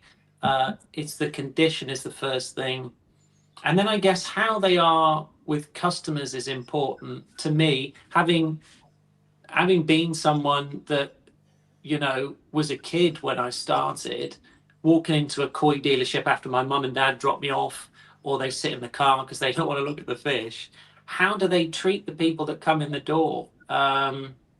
You know, there are famous stories of various, you know, koi dealers that have come and gone years ago, and you know, that wouldn't talk to people unless they get their wallet out or unless they knew that you had lots of money to spend. And I always think that, you know, a koi dealer should welcome everyone that comes in, because you never know, you know, that little 10-year-old might turn into a nut who starts a magazine, or might turn into a nut that starts a business someday, you know, might win the National Koi Show, anything, you know.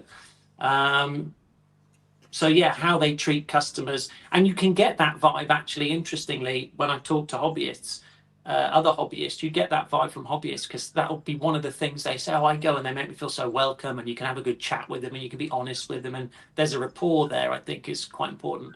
That can differ because some shops are set up more like a shop, not like a koi environment. You know what I mean? Like they are koi environments, but they're not like a relaxed kind of sit down. They are more of a, you know, a retail outlet. But I still think you can have a way with customers. That's pretty important. And then for me, I mean, it comes back to the health and the condition, but them having some understanding of how to deal with fish when they come in from Japan. Hopefully that's reflected then in how the fish look afterwards. And, you know, I think now the complication around, this is another topic, but the complication around people buying off pictures and videos and buying when their dealers are in Japan, what sort of after sales service they have in place, what backups they have for their customers if things go wrong. All those types of things can get considered as well. I suppose there's lots of things. Condition of the water, does the place look nice? Is it clean? Doesn't have to be squeaky clean, but is it tidy? Is it presentable? Do they have good knowledge? Can you grill them? Can you have a chat with them? Can you have an honest chat? Or are they a car salesman? For me, I'm immediately turned off by car salesman types. But some people like that. For me, I glaze over. Yeah, that's fair. What do dealers get wrong? Oh, I think as a photographer, what I think a lot of dealers get wrong. We get that wrong a lot. It's that. But it's the hardest thing, right? It's presenting the fish. You know, a picture sells a fish, a video sells a fish. And I think a lot of dealers don't put enough time or value into that. Not saying that they have the time. Being a dealer is very busy, but I think there's also technical knowledge behind it, and there's a secret formula to getting a good shot on a fish. And Liam, if we said to you now, what's the settings on your camera, you'd tell us to go jump, wouldn't you? Well, but I think that's wrong, right? Okay, so let's just put it this way. I think that's right. No. What I'm saying is, I can give someone a tattoo machine and tell them exactly how to use it, but they wouldn't be able to do a tattoo like I do. I can also give them a sniper rifle and ask them to go and shoot something at 800 meters, but they wouldn't hit it. Liam could give me the settings of the camera, but I wouldn't be able to take a good picture. It's experience using that tool, no matter what it is, and talent and hard work to get it right. That's exactly what it is. So, Liam, what is those settings, by the way? You've buttered me up. I got my camera right here. Let's get him in. You've buttered me up lovely, and I agree with everything that you've just said, but I've forgotten. That's because they're already set. I just can't remember. It's like, no, I think you hit a valid point. I mean, all three of us this week, actually, with different conversations I've had with Dave and Lee, we've all spoken. In fact, Lee and Dave as well. We've all spoken about photographing this. Do you know what? I'll be honest with you. Oh, sorry. I'll be honest with you. I've been practicing tonight, right? I'm not joking. I practice on ceramic koi as well, right? I just something to practice on. Yeah. And it's taken longer than I thought to work out these settings. Yeah. But do you know what? I have asked a few people what the settings are to get me a base start. Yeah, however, a photographer like Liam and other people who do it every day, I don't really want to copy those. I want my own style. I want my settings. I want someone like Liam that knows what he's looking at to go, oh, he's done quite well there. Do you know what I mean? I like the style he's got there, because, I mean, when people take pictures of fish, there is going to be a style that they use, what angle they use, maybe what settings they use, how maybe they actually finish it off on the editing suite. I mean, I want my own personality in my pictures, but it is hard to try to get this dialed in just for a decent starting point at the moment. But I think, yeah, you're right. A good picture will sell a good fish. So Yeah, Liam, agreed. And also, I think you're right there about the style and all that kind of thing. You develop your own taste with it, and that's really important. Like when I didn't know how to shoot fish, everything that I've done has been self-taught through looking at other photographers and their photos, and then working backwards and trying to figure out how have they done that, and how do I tweak that? Like you're saying, Lee, how do I bring my own style to it? And Yeah. I remember early days thinking, well, I like that guy and I like that guy, but I'd like something in between the two of them. And working towards that, and then you know, inevitably you look back on last year's, you think, God Almighty, there's always something that you're changing and tweaking, and post, there's always something that you're doing there to tweak what you do. It's never ending. It's never ending. And the other thing is, you're absolutely right about the settings, because it's the knowledge of what works when as well. Like I could use my settings, and then in 15 minutes I'm outside at the National and the weather changes. different. I've got to completely and sometimes, you know, I remember shooting at the National once. It was really windy, and there's nothing you can do. It's like when the rain comes down. There's no amount of gizmos or gadgets you can deploy other than a huge gazebo over a vat. But that's it. You know, you just have to surrender and go, well, you know what? Or like last year was really sunny, and I couldn't cut through it. It was too powerful, too hot. And I remember looking back at the pictures and just not being as happy with them. But you just have to take it on the chin and go, that was the best I could do that day. Yeah. Let's move on. Yeah, you know? totally right. Yeah, and I think you learn from that every time as well. If you were to give one tip, because photography comes up irrespective of whether you're a dealer, a hobbyist, or whatever. People at some point like to take a good picture of their fish. If you used to give them one tip, what would it be? Pick your spot. Pick your spot. So I used to do, well, I'll explain that. I used to chase koi around. So I started by shooting koi in a bowl for dealers when I was a dealer, and then when I was working for dealers. And I would chase the fish. It's in the bowl, you've got a bit of anesthetic, and I'd still chase it around to try and get that angle, get that shot. Just pick your spot that looks the best, where you've got a bit of shading over the vat or whatever. If you're a hobbyist, you've got your fish out, you've got a little bit of, you've got the glare off, and stay there and wait for the fish to come to you. It stops you moving around, stops you getting tired, and keeps you focused. B, you stop taking unnecessary amounts of pictures, because I would just shoot and end up with loads of pictures that are rubbish that I just can't use. So just wait, pick your spot, and then pick your shot as well. Loads of people shoot in burst, and I can't tell you how many times I've been told, Liam, you need to shoot in burst. No, I don't. I used to be a portrait photographer, and I never shot in burst there either, because I don't want 100 pictures of like a slight variant of a fish moving or a head moving. I want the one, and if it's not the one, then, you know, I don't want to sift through it. And some people say, well, that's the whole point of picking the burst, shooting the burst. You can pick that one, but your flash can't keep up. On the burst, because as Lee will find out, as Dave will vouch for, and you will vouch for, when you're picking that shot, it's literally a fraction of a second to get it or not get it, and quite often, even just as you're pushing that shutter, that tail will flick. And the next thing you know, you haven't even got the shot that was in your frame at the point. You know, and I think in burst, quite often it starts fairly fast, but then slows right down.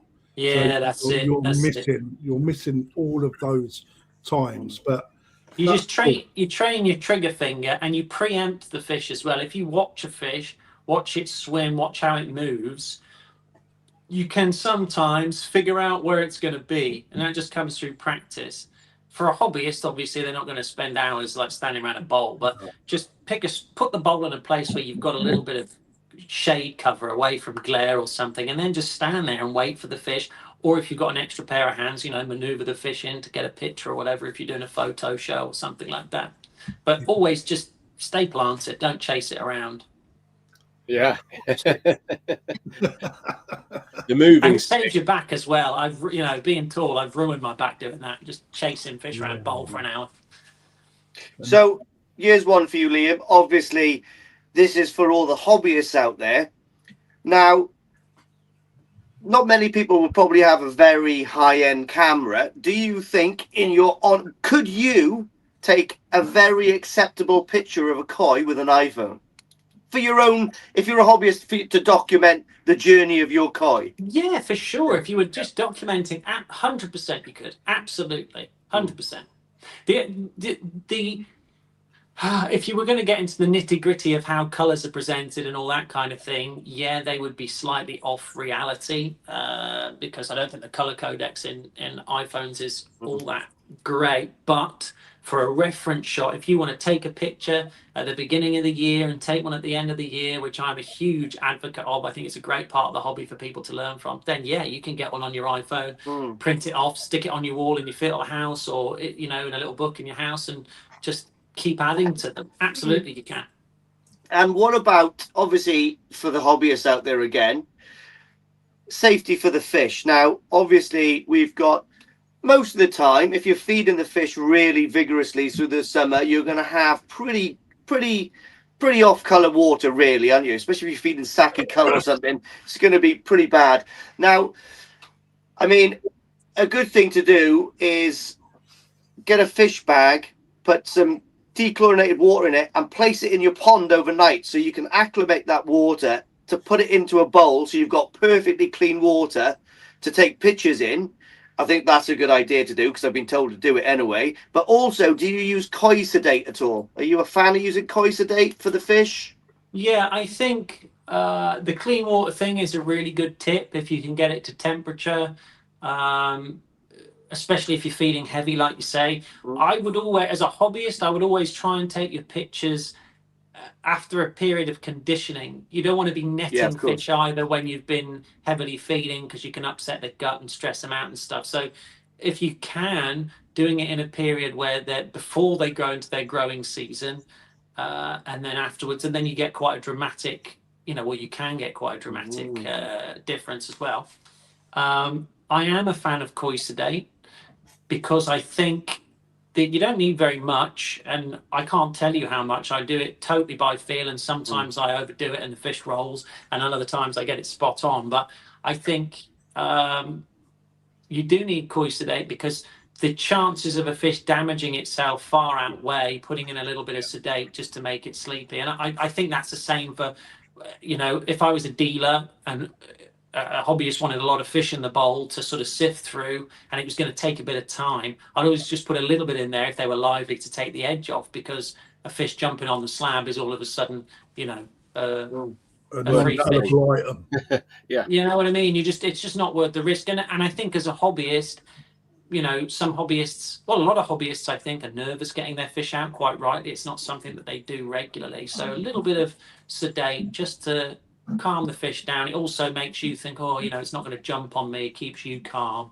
But having everything prepared is really important. Having everything to hand so that you don't have to run away from the bowl and all that kind of stuff. And keeping yourself calm is really important. Going steady is a key.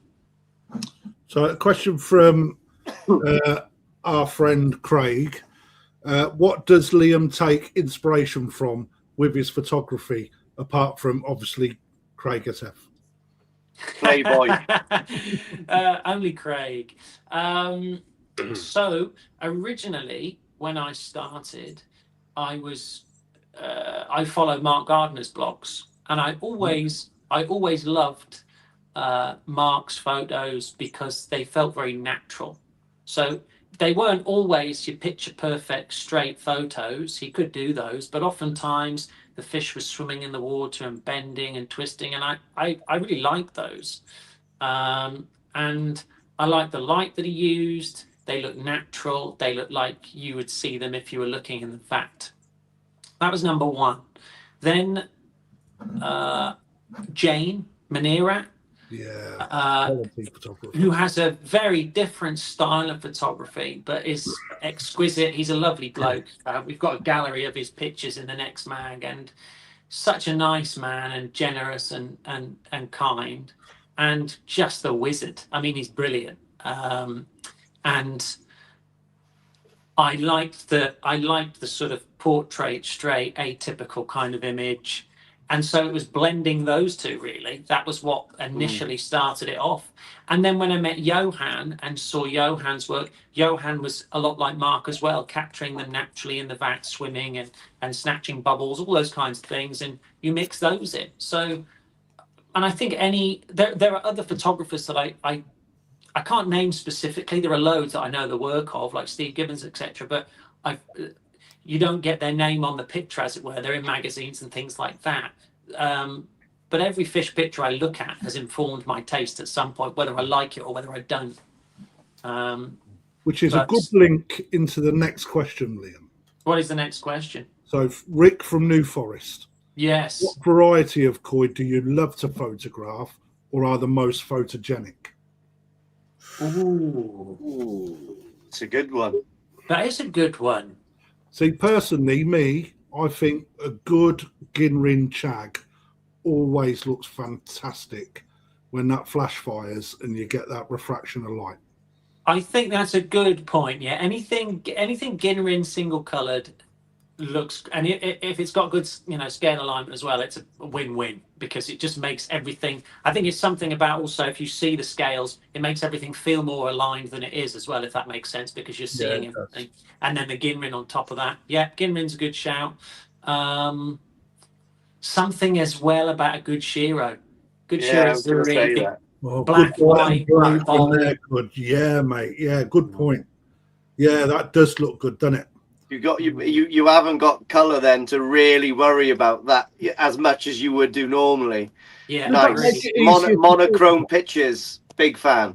Does that make it an easier photograph, Liam? Shiro. Yeah. It can do, and it can.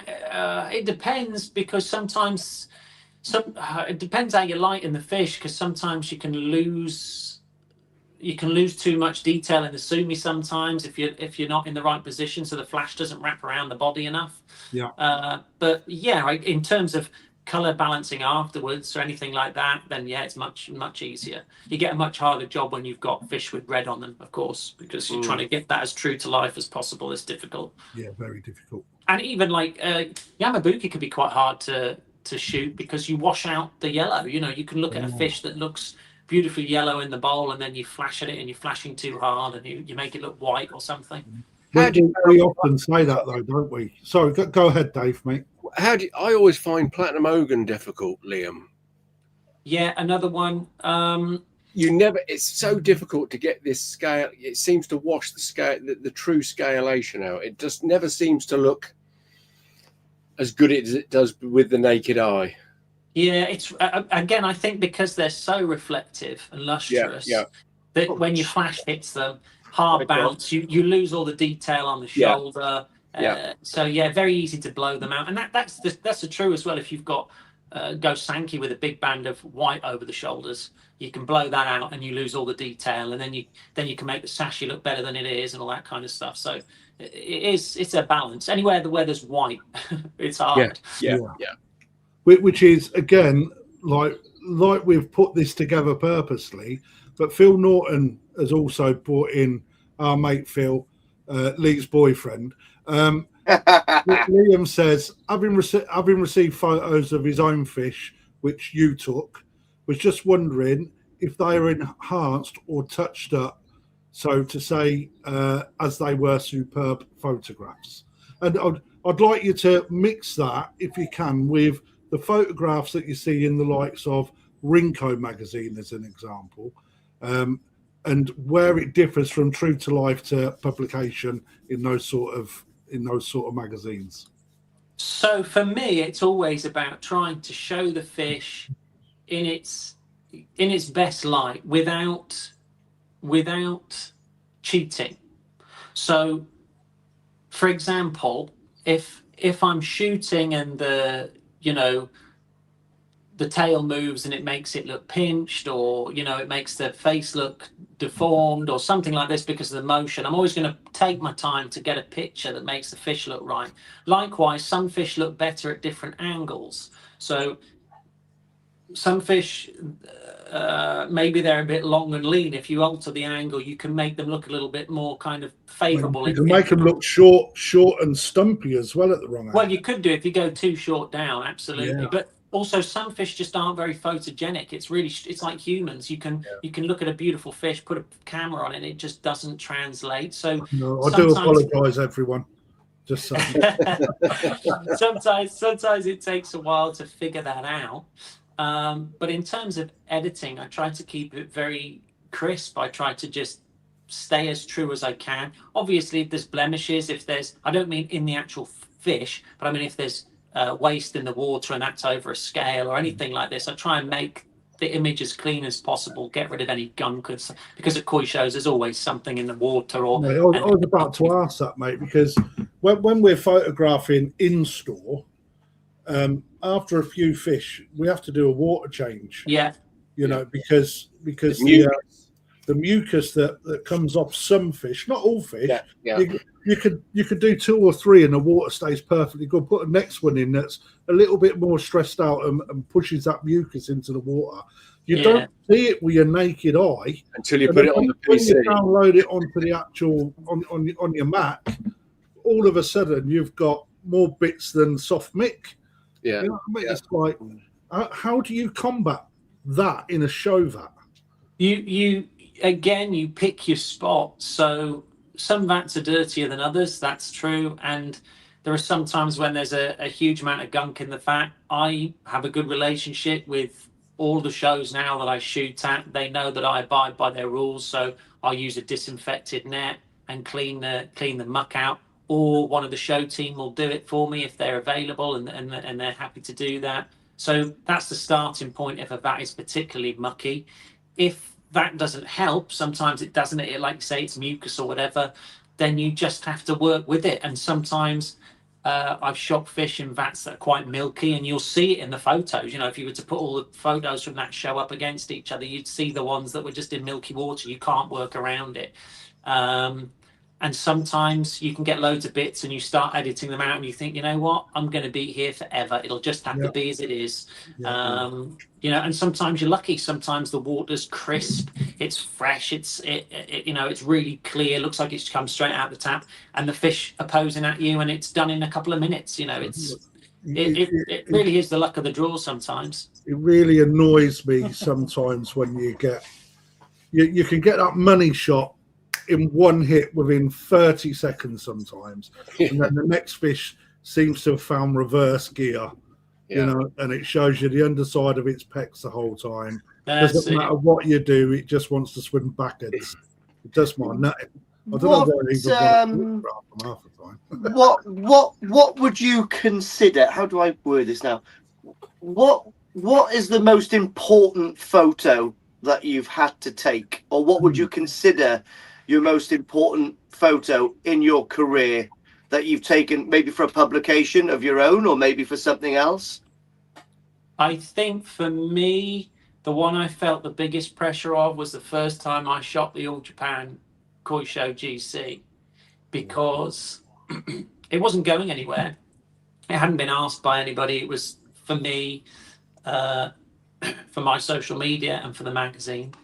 But the thought that I was at that show shooting that fish, it was like it was an adrenaline rush, to be honest, because I was just thinking I've got to get it right. I bet there's a lot. And the whole point of me going out there was to sort of say, okay, well, I shoot fish, and I've been shooting in the UK now for a while, and now I want to show that I can shoot on the biggest stages in the world, and the only way you can do that is to go to Japan and ask if you're allowed to do it. And they luckily let me, and I had to go. And so, but for internal pressure, there was a lot of pressure. I really wanted to make sure I do a good job. And every time I go back, you feel the pressure, because it's like a healthy form of competition. You see all the other photographers there, and you think, oh, I wonder if they've nailed it. You know what I mean? Like, how are they doing? Have they got the right shot? Or, you know, so all that's like a bit of a driving force for me, really, to make sure I do a good job. Do you find the All Japan organisation and everything that they're very helpful towards what you do, Liam? 100% they are. I mean, when you consider the scale of what's going on there and the cost of the fish in that room and all of the moving components, to let some randomer in with a camera, you know, they're very trusting in that regard, and they'll, obviously, I mean, I had to go and have a chat with someone. Steve Gibbons introduced me to someone to talk to. I took a magazine, explained what I was about, and but I'm sure if you were to overstep the mark or do something inappropriate, you wouldn't be asked back again, because it's just too much of a gamble. And I think that's absolutely right. That's how it should be. Yeah.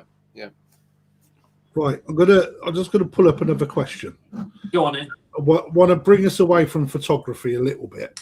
Yeah. Paul Cunningham has popped in a really nice question, and I think it may start to address the elephant in the room, which is something that I want to touch on you with, which Paul Williams has also made a reference to. But what trends does Liam see for the koi industry in the coming years? Trends. I mean, does anybody else want to chip in on that? What trends? I mean, we've all been to Japan. Maybe. Okay, so yeah, it depends what he means. Maybe fish trends. Now we all know.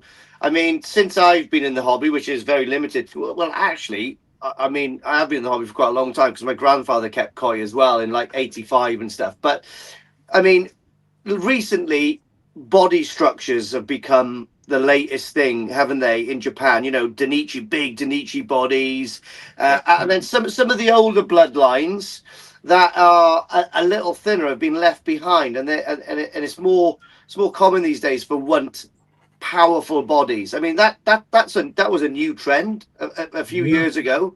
I mean, where does it go from there, though, Lee? Well, exactly. Do you know what? Flares come back in every 30 years. Maybe it'll go backwards, and people will want a bit more leaner looking fish. Who knows? I don't think that'll ever happen, personally. I don't think so, but maybe that's a trend. Maybe different varieties. What about you, Dave? Anything from yourself?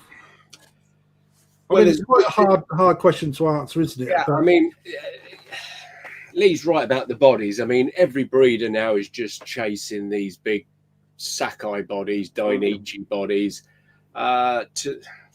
sometimes to the detriment of the actual koi, possibly, in my opinion. Yeah, I'd agree. I think Liam touched on that with an absolutely fabulous interview with Ryuki, and a very honest, I thought, by Ryuki to be actually that open and honest. And I think you did fabulous to get that interview. I mean, to be fair, Dave, people aren't going to understand what you're saying, because not everyone has seen the article. So if you could elaborate, so people have an understanding.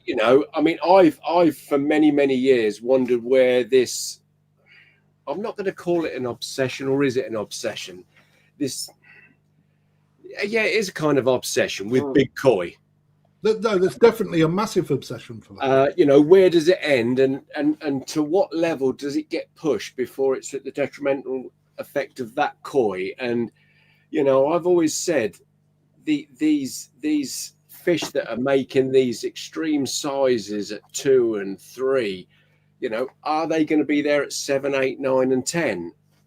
I don't think so. I think the majority of, this is my own gut feeling, but I would have a guess, and this was before Liam's article and interview, that the majority of the grand champions now are probably 5, 6 years old, where years ago they used to be 11, 12, 13, and I bet you most of them don't reach that age anymore. And this is how a trend of a body shape and a size, what it's actually done to the koi hobby in a way. That's my, I've always had that I'm just convinced certain things are being pushed too much now for a trend, too quickly and too much. Liam, is that giving you any? I think that's a good sideline. I think the sort of chasing jumbo fish, which was, I mean, funnily enough, that was the article that kicked off the mag. That was an article that I originally wrote for Nigel and was going to go in his magazine. And I think that's absolutely it. The obsession with getting fish as big as possible, as quickly as possible. And the idea behind that, I guess, from a Japan point of view, is that if they get them to 90, 95, you know, they can contend for GC. And the younger they do it, the more youthful they look. But obviously, to get them to that size comes at a cost. And I think what a lot of hobbyists do is they look at that and go, right, I'm going to replicate that. What they don't see is the collateral damage, all the fish that don't make it, all the fish that go belly up, all the fish that spines snap because they can't carry the weight, you know, fish that are pushed and they just fall apart and they won't get there. And obviously we all hold up those few that make it, and they get onto the red carpet and they have their picture taken, and they're fantastic fish. Nothing can be taken away from them.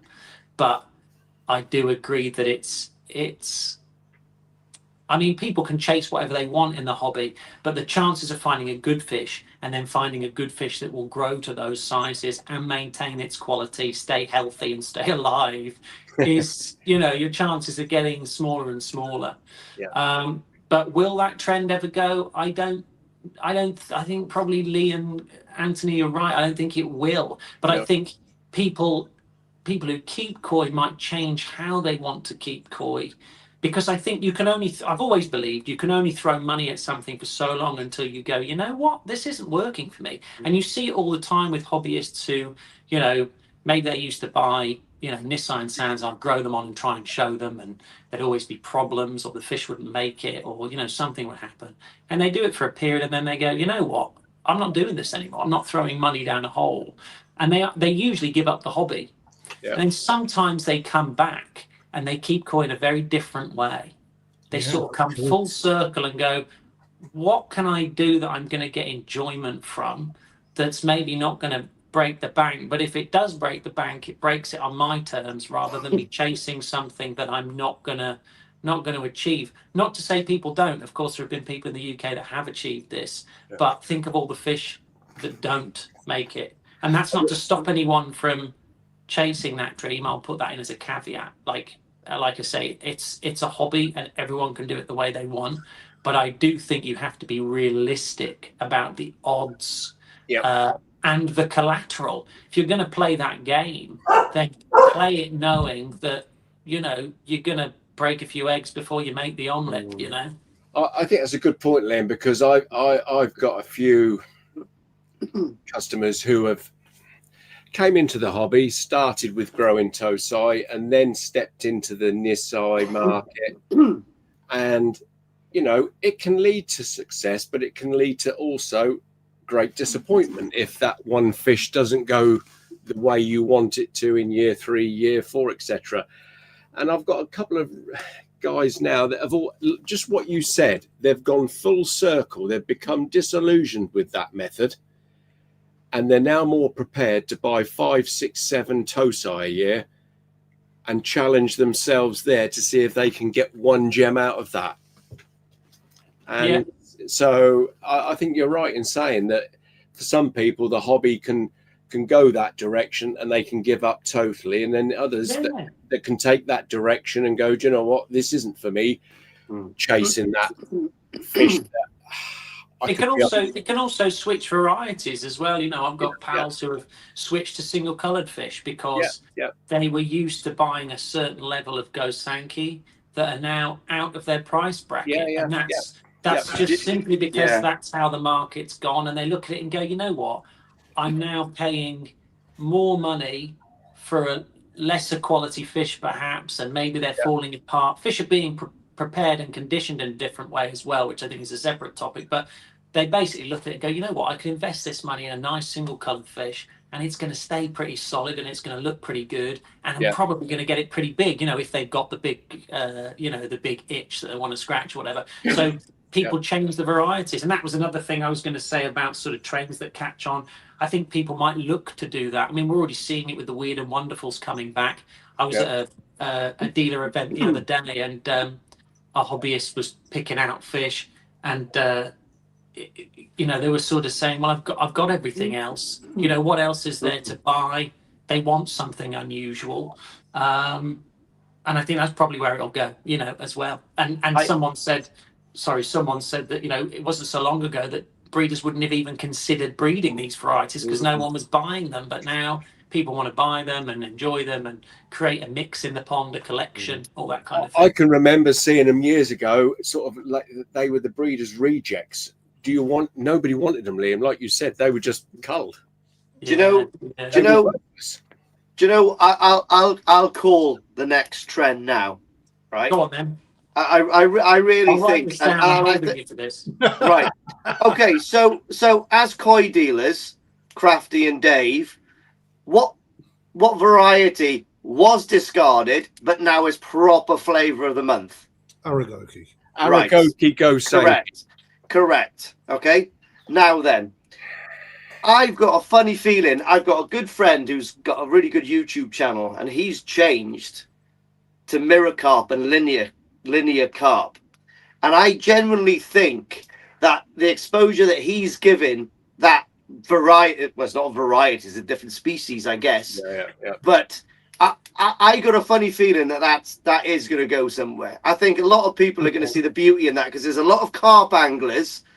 I mean, those things grow fast. They look like an Aragoki, and you'll never need a flute treatment with them. Is it that people will change from koi to those, or more people will keep them, though, Lee? I think people will probably just. I mean, listen, they're not the prettiest things in the world, but they're fantastic in windows.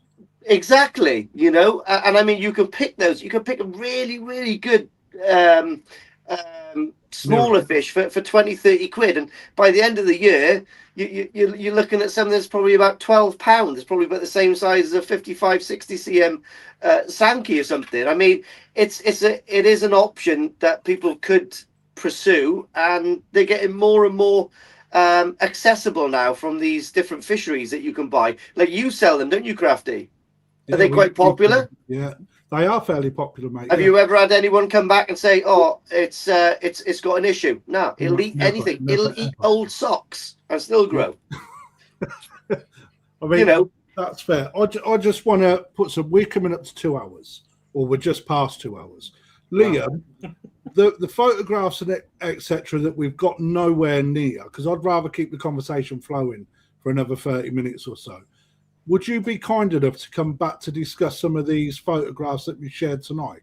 Yeah, no problem. I can do that. Yeah, it's like we'll put that bit on hold, because I think that people that are watching, that deserves an that number has not dropped off since people tuned in, and I'd rather keep the conversation flowing. Yeah, that's fine. Like I said, they were just there in case we got stuck, but we're not stuck.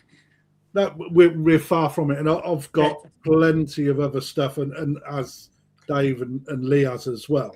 And I think I want to take you away from Japan across the pond to China, because this is the elephant in the room. It is, I think, about probably the most talked about subject in the koi industry at the moment. Actually, definitely with me. Paul Williams, a good friend of yours, a very good koi show person. Liam, thoughts on Chinese breeding koi? Number one, let's go into breeding. I don't want you to touch on dealers dealing, just the breeding of koi. What are your thoughts on the Chinese doing that at the moment? So I have to start this by saying I haven't been there and seen it with my own eyes yet. So all I'm going off is what I've seen online through conversations with dealers, pictures and videos. Chris Giles, exactly, that I've been sent, and Matt and Tree have sent me a lot of information as well. In regards to what do I think of them breeding, I think, it's less about the quality of what they're breeding and more about, because that's happening, that's going to continue developing. So I think as hobbyists and enthusiasts, we can stop asking the question, are Chinese koi any good? It's how is it going to affect the market and the industry and the hobby where we are, if at all? Because the good part is already answered. That's developing and will continue to do so. From from who I've spoken to, they've all been very impressed with the quality, with the facilities. The scale of everything is what constantly comes back to me. That idea of what feels like unlimited scale. So you take something that, like Dave picked up on at the very beginning, in Japan, you've got the new farms, you've got the old farms, the high tech, the low tech, and here in China, it's been turned into an industry, like a full-on industrialization of koi breeding. Factories.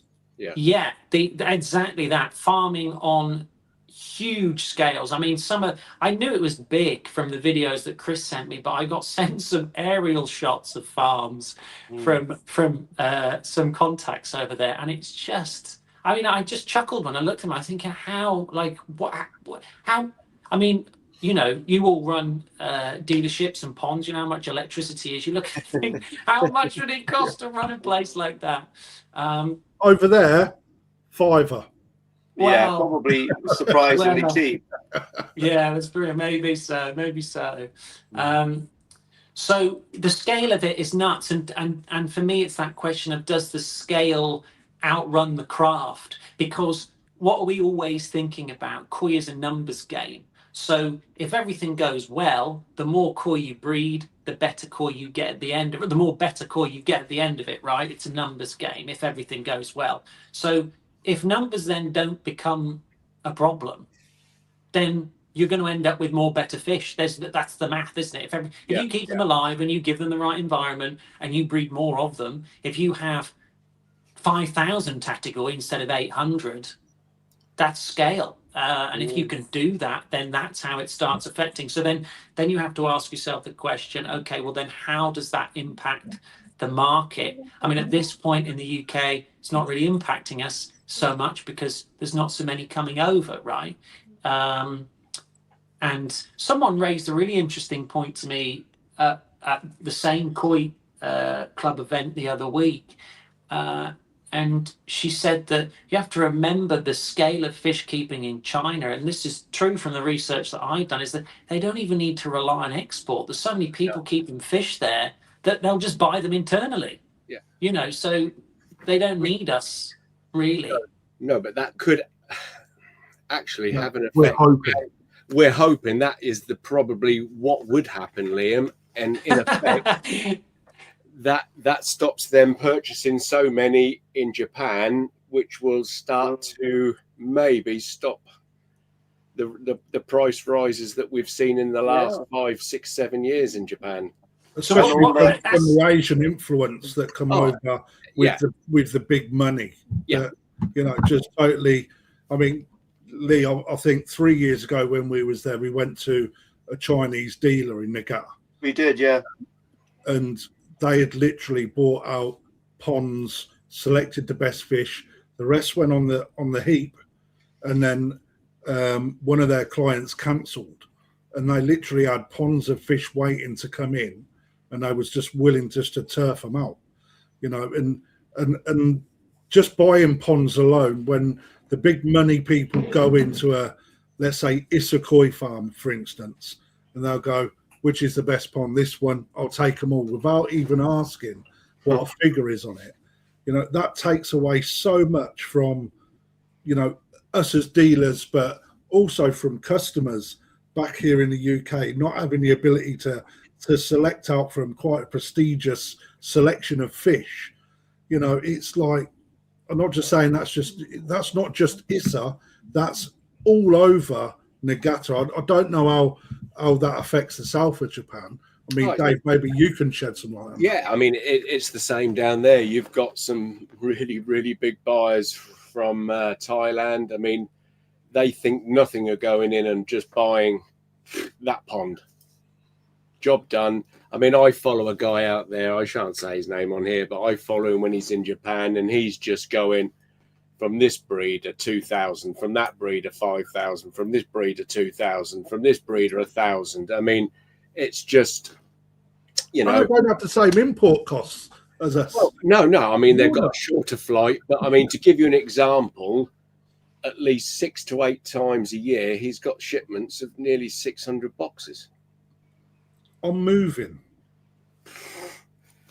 You know, now if all of a sudden, that would be great, wouldn't it? Just having that amount of fish coming through your, that's heaven. But not only that, I think you have to have a reality check. Those days aren't going to happen in the UK. No, they're not. So, you know, those. I think I can understand from a dealer's point of view that it must be incredibly frustrating, but it's just unfortunately how business is. Like when you've got deep pockets, you can play those games, and that's just the way it is. 100% dealers then, especially in the UK, have to figure out how to make the market work for them. And there's certainly an interesting thing of, like, you know, the higher quality fish going up in price and becoming less available. But, you know, China could have a good impact on that in the sense of not necessarily them staying in their own country, but if they do come over and they're of good quality, it might level the playing field a bit and give more choice. Obviously, then you've got to ask the question, do people, you know, some people won't want to buy Chinese fish, some people will, some people won't care. As I said earlier, 90% of people just want to fish. How does that impact the market as well? But you know, I think to think that the UK are big players in the spending anymore, or will be for ever again, I think is very unlikely. We'd need a renaissance. Those days were sort of waddy days. Do you know what I mean? When people would just say, there's a big stack of cash, go and buy me a grand champion. You know, I just I can't see that coming back. Them days have gone. Them days have gone, but I can certainly see. I'm still praying that it goes the opposite way, that the Chinese koi don't hit the European market, if I'm honest. Okay. Because I'm still convinced 100% that if you take all the Asian buyers out of Japan and they're buying from China, all of a sudden it makes Europe a little bit of a better pool of buyers all of a sudden, because they're surely going to have to adapt and look at their pricing or whatever if they haven't got these others that are just coming willy-nilly in and throwing money. I know we've got the Americans on the scene at the moment who are spending money. I think that'll be short-lived though, mate. I think that'll come and go. I've seen it in Indonesia in the past. They were very strong for 5-6 years, and then all of a sudden that went down, and then you got Thailand. I mean, the biggest one that's been the problem for a longest is Thailand and China. They've been your biggest buyers by far for many, many years, and it does make you wonder if that market all of a sudden switches direct to China. Yeah, it would make sense. Why wouldn't you buy from China if you're in China? To throw a spanner in the works, I agree. That could be one scenario. The other scenario is that could happen, but then Japanese koi are held on a pedestal as the original, and people buy on the bloodline. And so there'll still be breeders in China that want to buy Japanese fish to breed from. I mean, they might want to take it completely exclusively Chinese. There are a few farms that have done that, I know. But you then might get into a situation where Japanese bloodlines are held up as like the elite, and it pushes the price on the good koi even higher. But I mean, the Chinese have got all the bloodlines out there now, haven't they? Yeah, but they're going to in mass. Yeah. I mean, but we talk bloodlines, though, Liam. We talk bloodlines, right? If you come away from China and then look at a lot of the smaller farms around Nagata, or even outside of the big three, Momotaro, Sakai, Dainichi, for example, right?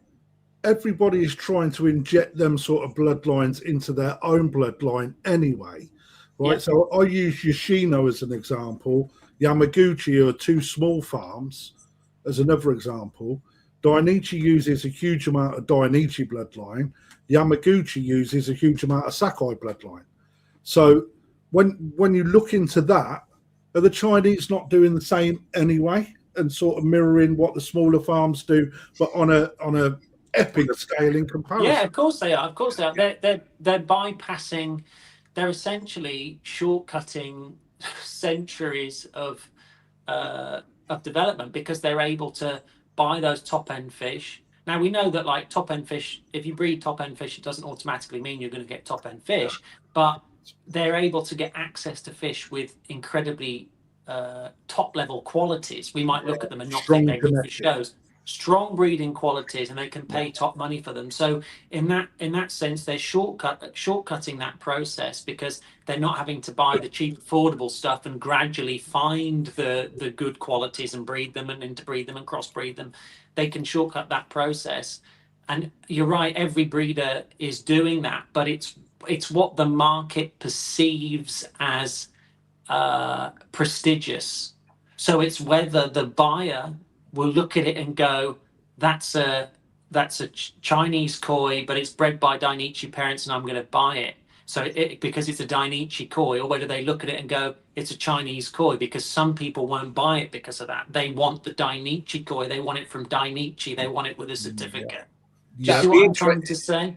Yeah, I mean, it'll be interesting to know that the Thai koi keepers, the Chinese koi keepers, are they so into the Japanese, it's got to be Japanese, as say the European market or the English market? I don't think domestically they are. I think if they're, like you say, if you've got someone in your country breeding amazing koi, then they probably, for a majority of people, they'll probably stay. But there'll still be people who won't, just the same as us in the UK. I was more speaking about us in the UK in the sense of, without a doubt, Liam, we all love, Japanese koi is the pinnacle.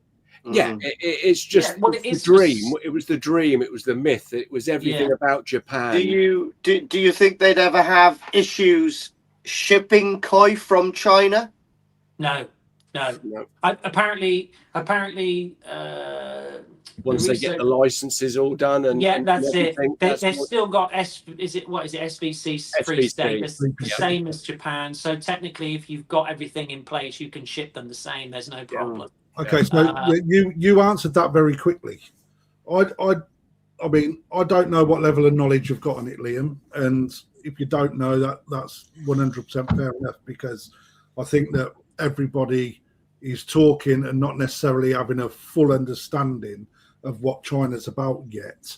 But what about disease control over there? Because, I mean, let's face it, and I don't want to poo-poo China and people within the koi industry over there, right? But as Westerners, we see a lot of issues with how the Chinese live, how they eat, how they control disease, etc. It's not on the same sort of standard, where Japan is very ring-fenced into ensuring that dealers or breeders, if they get problems, they are halted, their fish are culled, they are inspected, and only when they can produce a koi that is disease-free as much as possible, that they are then allowed to start trading again. Is there any controls that you know about in China that can prevent that sort of thing from being imported across to us? No, I don't have any grounded evidence of any of that. I haven't been given any information regarding that, so I couldn't comment. No, that's my bone of contention, because I agree with that. That side of things, the koi are and how many they breed and what the pricing is potentially going to be. We don't even know the pricing either. It could be that they're still going to ask for the same amount of money. Premium pricing, But the main thing for me is, and it's always, you touch on it, how good your koi look, how well you look after your koi. It's mixing two breeders just into the same pond in the UK can cause a shit ton of issues, right? What's it going to be like with the bloodlines, the breeding, how clinic they are at keeping their fish? It's like that for me is the biggest spaghetti ball out of any of this, because I think that is the most telling part that all of us need to be more aware of, in my opinion. I mean, Yeah, no, I agree with that, and that's certainly a very dark area, isn't it? At the moment, there's no one that's shed light on any of that. So, like you say, most of what people are saying regarding it is hearsay. It would be good if we could heal those measures. Like you say, they need, they like you have in Japan. But even I think the point being is that even with those measures in place, things still get through. Bacterial problems still come through. That is the KHV can worst still thing get at through. the moment, even from Japan. Yeah, that's what I'm saying. So you still, but without them in place at all, you are really opening the gates for problems. So yeah, that would be really great to know. If anyone does know, get in contact in the comments. Innit? Get to Liam, World of Give us the Nishikigoi goods. Magazine, hot off the press, get it on. Yeah, there. that's it. Now, all that is, and I think you're right there. For dealers, that's going to be a really,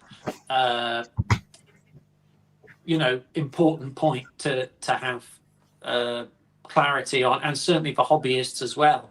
Absolutely. A question to everybody, including those 140 that are still watching us, right?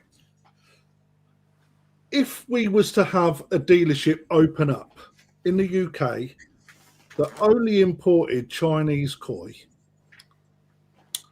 what sort of impact do you think that would have on the industry in the UK?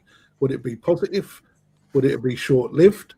Or would it start the turn of Chinese koi being more mainstream within the UK market? I think it's probably best to ask, if there was one of those dealerships here, who would go there to shop for fish? Yeah, who would purchase? Who would purchase from? This is the point. That's why I'm opening it as a discussion. Yeah. Would it always be yes or no, guys? Yes for you will, no for you won't. Yeah. Again, I think we have to throw in there that 90% of people just want a fish. So it'll come down to price. Yeah, so I think so. If you've got two vats of fish and they're both equally colourful and nice and pretty, and you've got hobbyists that just want to buy a fish, then they're same size, everything, they'll buy the cheaper ones. Do you know what I mean? Or they'll buy the more expensive ones. If there's one in there that they like, they'll buy it because it's a specific fish that they like. But it will come down to price. That is the number one factor. So, if an equal quality Japanese fish and Chinese fish sit against each other and one is cheaper than the other, they're going to go with the cheaper one. That's how they work. This is what I was discussing with Crafty, because I said even the most hardened Japanese koi fan who purchases top-end koi, what's going to happen if all of a sudden he sees, let's say, a Sankey at $8,000 in Japan, and sees one of equal quality in every aspect, and it's 2.5 from China? Well, I know which I'm going with. It's enough to turn anybody's head. That's what I'm trying to say, isn't it? Absolutely. And I think, especially when you consider all of the things that we've talked about in terms of, the better quality fish getting more and more unobtainable because of costs and prices, and value for money changing, and people having to change the type of koi they keep. If all of a sudden, I mean, there's nothing to say they will be cheaper, of course. But if in a world they are, then there's a shift there. It's just it's like the same when Israeli koi were big on the scene. When they were considerably cheaper than Japanese. I know things have changed, but people didn't care. They just buy them. They're koi, they're colourful. Yeah, I'll have that. It doesn't matter. Or English bread, doesn't matter. I'll have them. I think it's a price-driven market, especially in the UK at the moment with the cost of everything. I think people, they don't want to give up their ponds, so they just look at different ways of making it work. So I've said it before. I mean, we was always okay because when Israel koi come across, they're always going to suit a certain market. We know that. But for anybody who really likes Japanese koi, there is I think a massive difference. You can see the difference in the fish. So that didn't pull the real Japanese enthusiasts for koi across. But I can quite easily see this could happen with Chinese if you're seeing like for like. Yeah, I think Chris Giles raised a really good point when I interviewed him, and he said, when Chinese koi start out competing Japanese koi at a koi show. So if you you've got a koi show in the UK and a Chinese koi beats it, Yeah. people will start. That's when even the diehard fans will start going. Yeah. That you can't ignore that. Do you know what I mean? That's not something you can brush off. And the more that happens, the less people will care. But then again, there's all those things of people like to buy the heritage, people like the connection of the hobby. It's also more, it's not just about the fish, is it? Some people enjoy the culture of Japan, Japanese gardens, bonsai, all these things that they bring into their koi hobby, surround their pond with, the design, even artwork that people like on the walls, the artwork they have on their t-shirts, all those things that are tied to it as well. So for some people it'll never be a switch, it'll never happen. No, I mean, for me personally it would never be a switch, because I've bought into the heritage of Japan. But I can see it in the future as maybe new younger dealers come in who perhaps haven't got that affinity with Japan. Yeah, sure. And it's just a business, I can source koi there for X amount, and that returns me more by doing that. I can see that. And for new hobbyists as well, it's quite interesting you say new dealers, because I suppose if you're a new hobbyist, then you're a newbie and you walk into... no different. Yeah, know no different. You just look at them and go, well, they're Chinese koi. Oh, that's what they're supposed to be, whatever. And you just buy it. Stick it in your pond and away you go.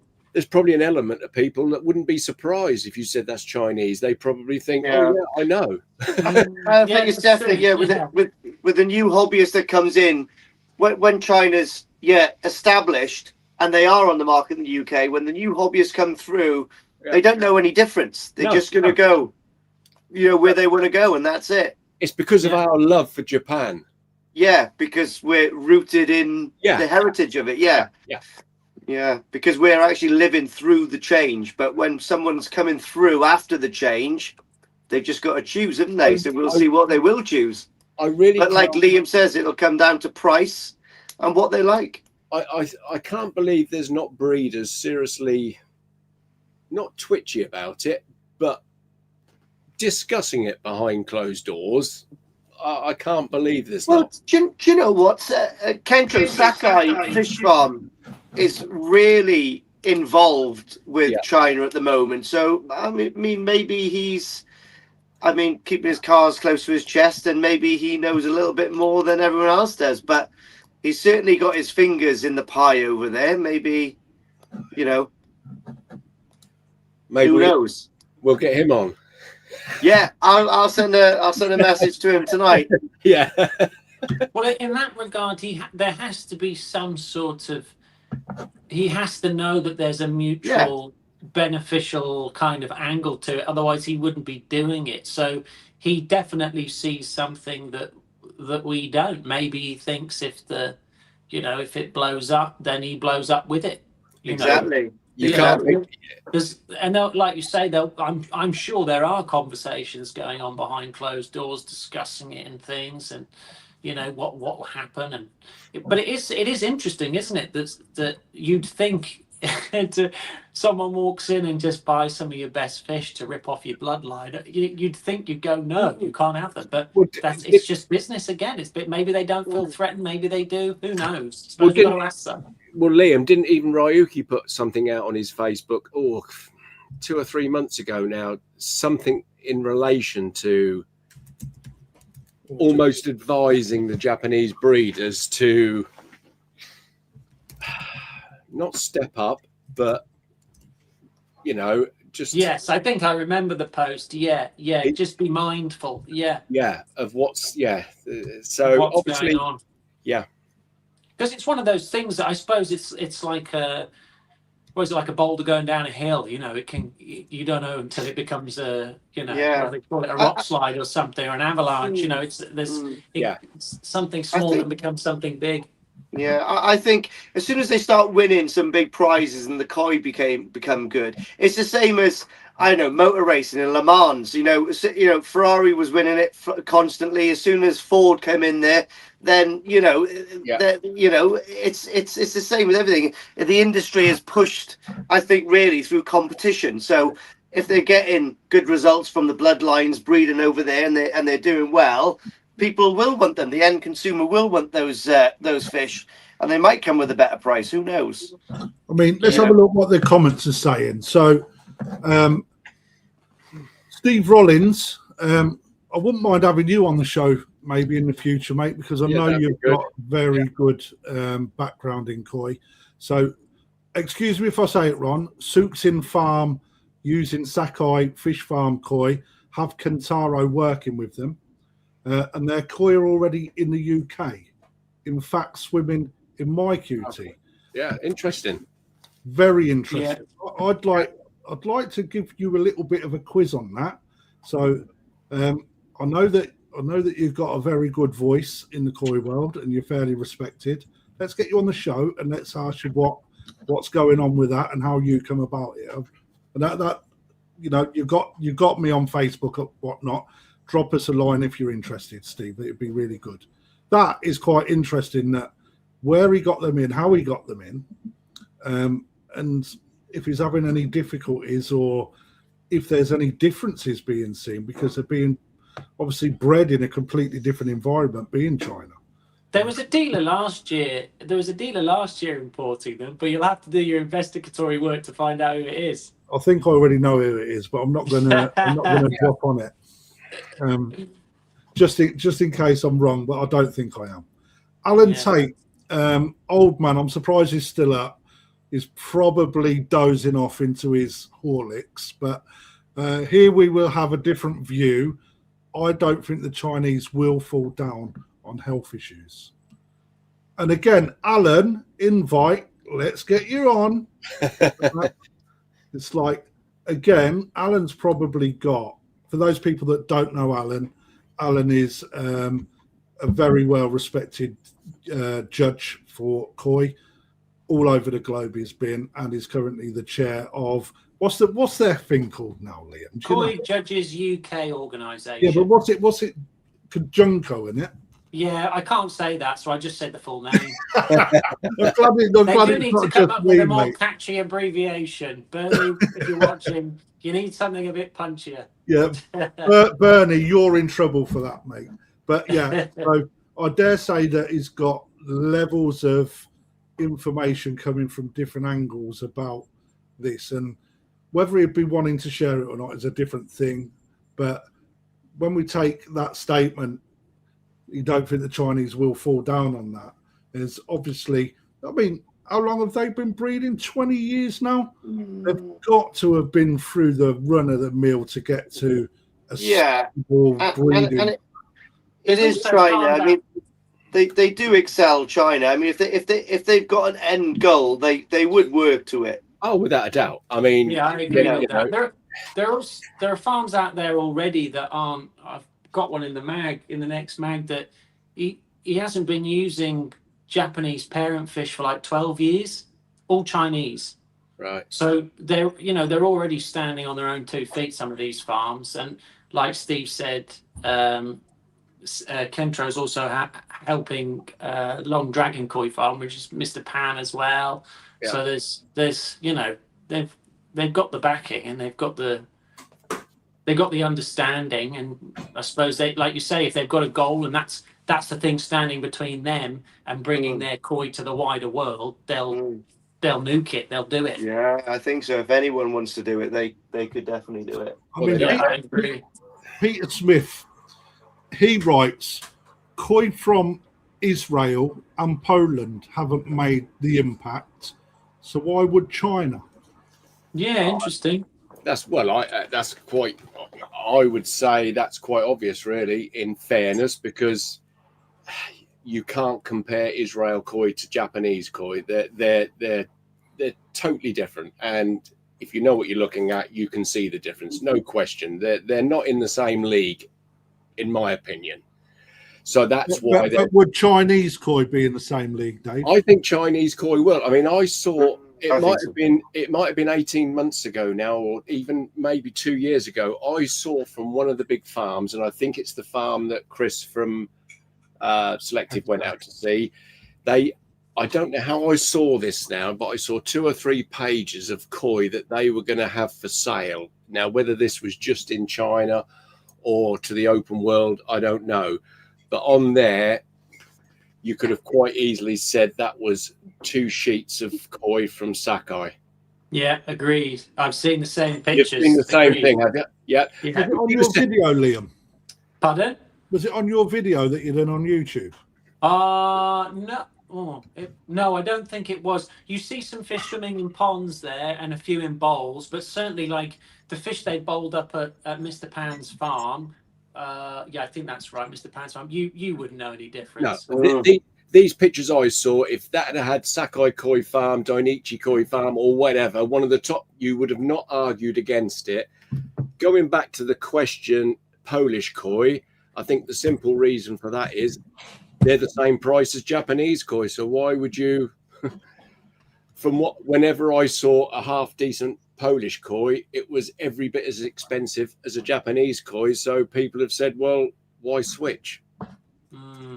I suppose the Polish koi thing as well is maybe about scale as well. In Israel, you've got multiple farms. Yeah. In Poland, as far as I'm aware, it's just Yoshikigoi, isn't it? So that you're limited as to what one farm can produce to affect the market strongly enough, if that makes sense, I guess. Yeah, I mean, don't get me wrong. There is a lot of Israeli koi sold from garden centres and places like that, but they just never really taken off into what we deem the koi fraternity. Right. Sorry, I'm doing more than one thing at once here, so I do. I mean, not being funny, if you went Israeli koi, in all fairness, you'd be better off going to the English farms. Yeah, which do really good stuff anyway, to be honest. The English farms. Yeah, exactly. You know what Rick's doing down there, and whatever Adam By. You know, if you're going to go the Israeli route, I think that the English breeders are breeding everything just as good, personally. Definitely. Which is a point that Lynn's just made. I was going to bring up, but yeah, I would agree. There's some good fish coming out of there at a reasonable price. Probably in some instances too bloody cheap, if I'm honest. But you know, that's a different program that we'll cover, because no doubt I'll get Rick on, or we'll get I'd like that. That'd be good to or something like that at some point. It would probably be a good chat to get, if you could get, you know, Rick, Sam from Cuttlebrook and Adam on and sit them down and chat about it, because I was at Cuttlebrook's open day, and there just so many people there buying fish and just overjoyed to be buying them. Do you know what I mean? Happy hobbyists. And well, it's like Crafty said the other week. We've got to remember this koi hobby that we know and involved in is just this.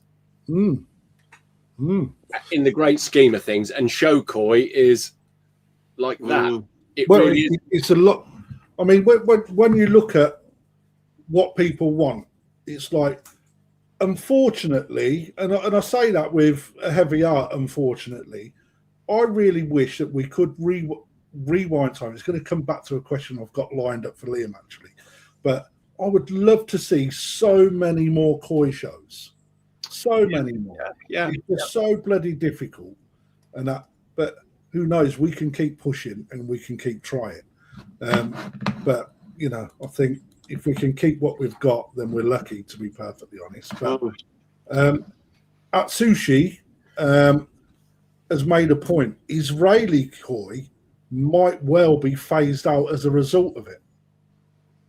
And that, I think that actually that is probably definitely on the cards, you know, to a point where the amount of fish that the Israelis produce will be very scaled back, I believe. Only the strongest will survive over there. Thank you, Atsushi. That's a good point to make, that is. The koi bar makes a statement. Depends on the price point. It may make the hobby more affordable, if cheaper. I personally wouldn't buy them, just like I won't buy English or Israeli koi. And again, it's not everybody's cup of tea. But I also know a lot of people that will only buy British koi. Yeah, you know, there's a lot of different tastes out there. I mean, and I think you make a point. Price point is going to be fairly key. I think that I wasn't listening to everything you were saying, so if you have touched on this, I do apologise, because I was looking for other stuff for the show. But price point can be extremely important. If they're too cheap, I think that they'll be underrated, personally.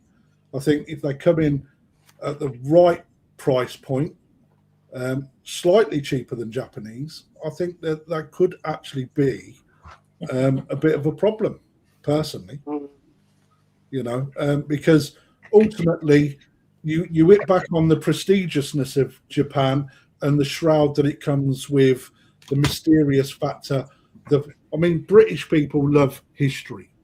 Japan is shrouded in it, and I think that's where the special relationship comes from British people, if I'm perfectly honest. And if that bit gets severed, businesses don't necessarily look at that part. And it might be the fact, if the government carry on going the way it does, I don't want to make it about the government, but with the overheads that we currently see as a bricks and mortar store, and that we have got to constantly explore new ways of bringing in fish that will keep us turning over and cost down.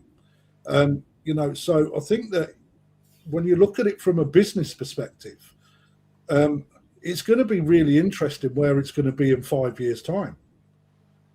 5 years being fairly key, because when you look at that, there's going to be a turn of government in the UK, and whether or not they deliver on what they say they're going to, you know, quite often we don't see it.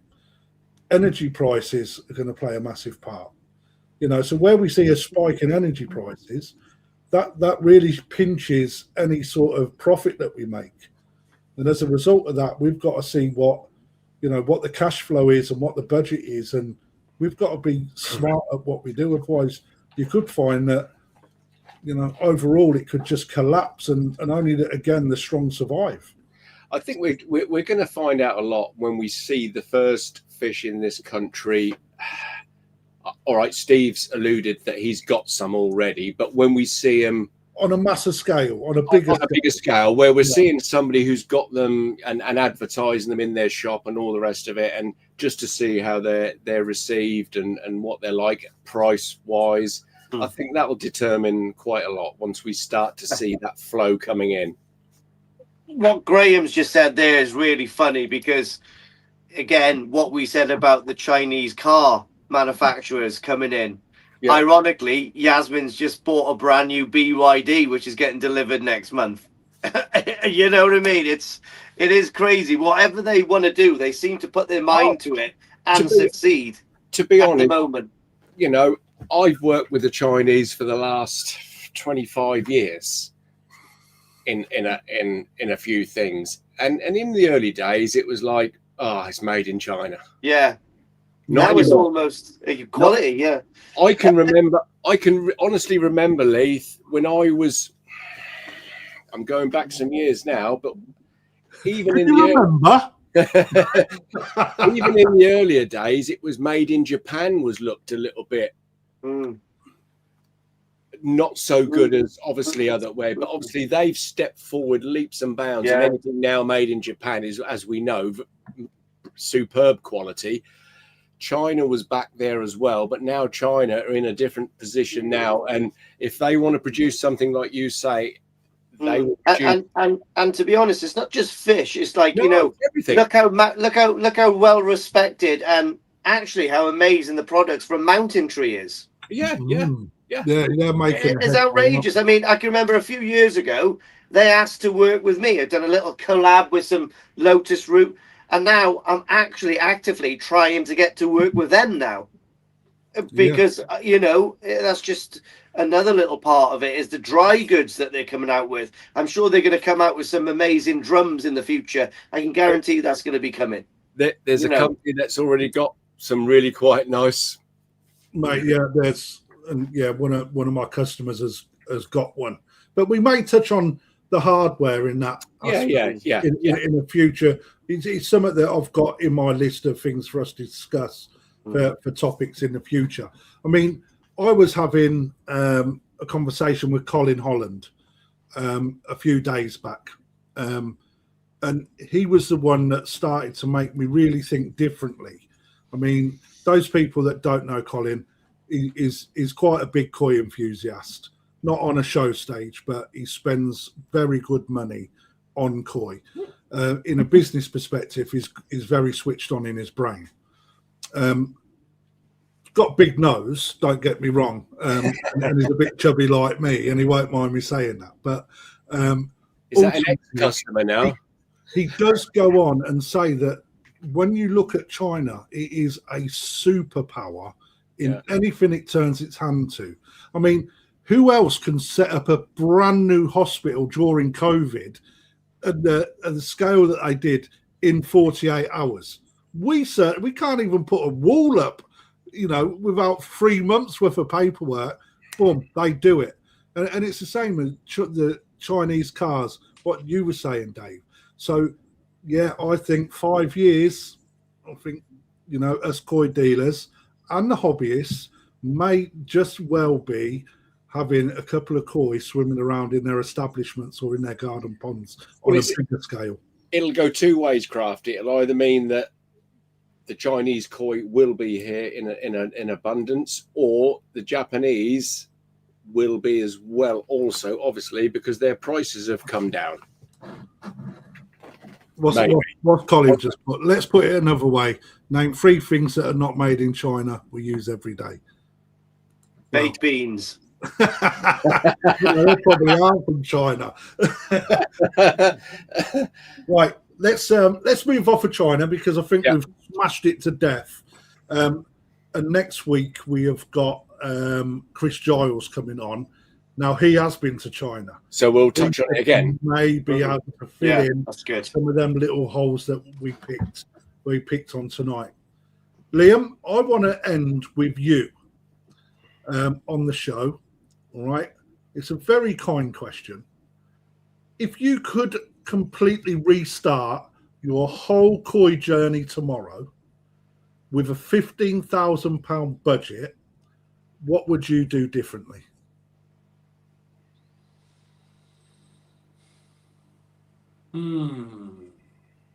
I would probably at this stage do things very similar to how I got them. So my pond's only 1,200 gallons with a new filter. So I'd probably have a 1,200 gallon pond, but I'd maybe multiply that another few times, but not as one body of water. I'd have maybe 3 1,200 gallon ponds. Yeah. Because for me, my interest is in growing small fish, thinning the numbers down, seeing how far I can push them. But then also I like the idea of experimenting with conditioning fish, and you need different bodies of water to do that effectively. So that's what I would probably do. And I'd probably have a couple of really small tanks as well, like 220 gallon, 1,000 litres, something like that. IBC size to condition bits and bobs in and play around. That at the moment is what I would get a lot of enjoyment out of. Always in a fish house. I like my ponds enclosed. Fill in for me, someone. Or was that an anticlimax? It was on it. Dog's barking, so the missus has just come home. So if someone could fill, I'd really appreciate that. See, it's hard, isn't it? Anyway, they've shut up. So try and open the door, KD, please. Sorry about that, everyone. Don't worry. I am. I love a dog barking. It's live, Crafty. Yeah. Somebody just said 1,200 gallons. Did you say 1,200 gallons? I said 1,200 gallons, yeah. Not 1,200. Yeah, I just said 1,200. So 1,200, he said, yeah. Relatively small. Yeah, well, I think it's because, again, it's affordable. Like, so I learned from when we lived at the old house, I had like 3 ponds. I had an 1,800 gallon, an 800 in a polytunnel, and then I had another 800 gallon, which was outside. And the best one that performed the best was the 800 gallon in the polytunnel, because I got free solar gain. I could heat it really affordably. I couldn't afford to heat my 1,800 gallon pond because I was only, a kid basically. So I just went, well, I want to copy that, make it slightly bigger.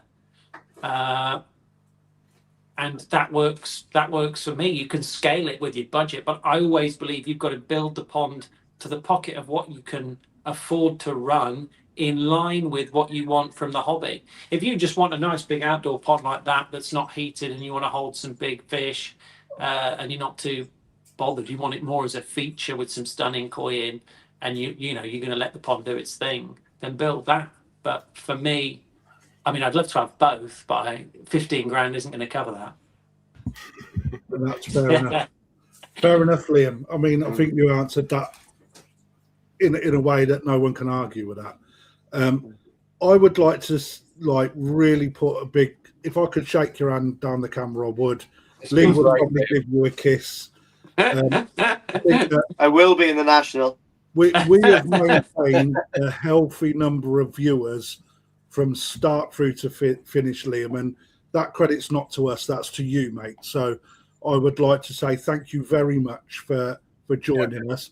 Please uphold your promise and come back on. And I will. I'll come back on.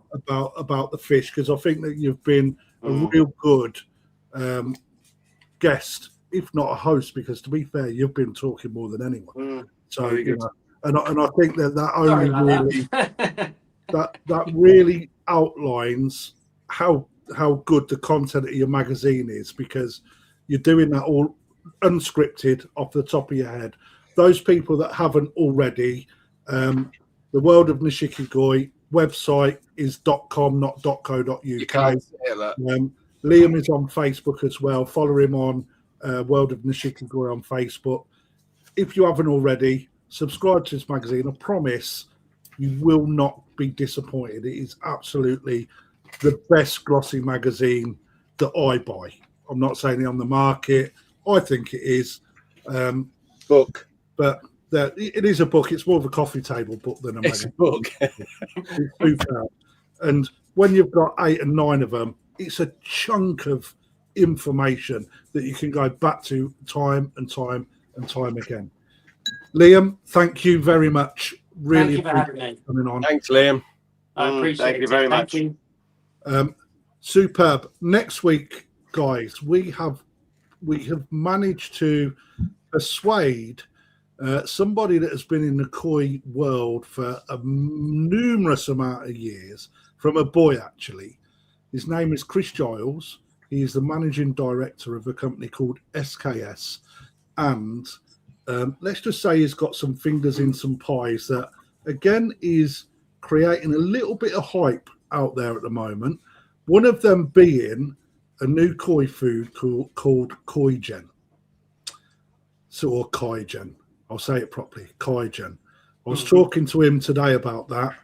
We're going to be bringing you some figures, some news, a little bit of gossip, and also, it's an elephant in the room, he's been to China. So look forward to that next week, same time. What time do we do it? 7:30, is it? 7, yeah. 7:30, same time. Don't be late. As Liam's just put, thank you very much for everyone that's tuned in. Don't forget, like the video, share it, and subscribe to whoever it is that you're watching through. I've been Crafty Koi, Lee's been Tafaguchi, and Dave's just been Dave. And Liam's been a legend. And Liam has been a legend. Until next week, gentlemen, thank you very much for joining us, and we'll see you again in a week's time. Take care. Cheers, everybody. Liam, stay there, please.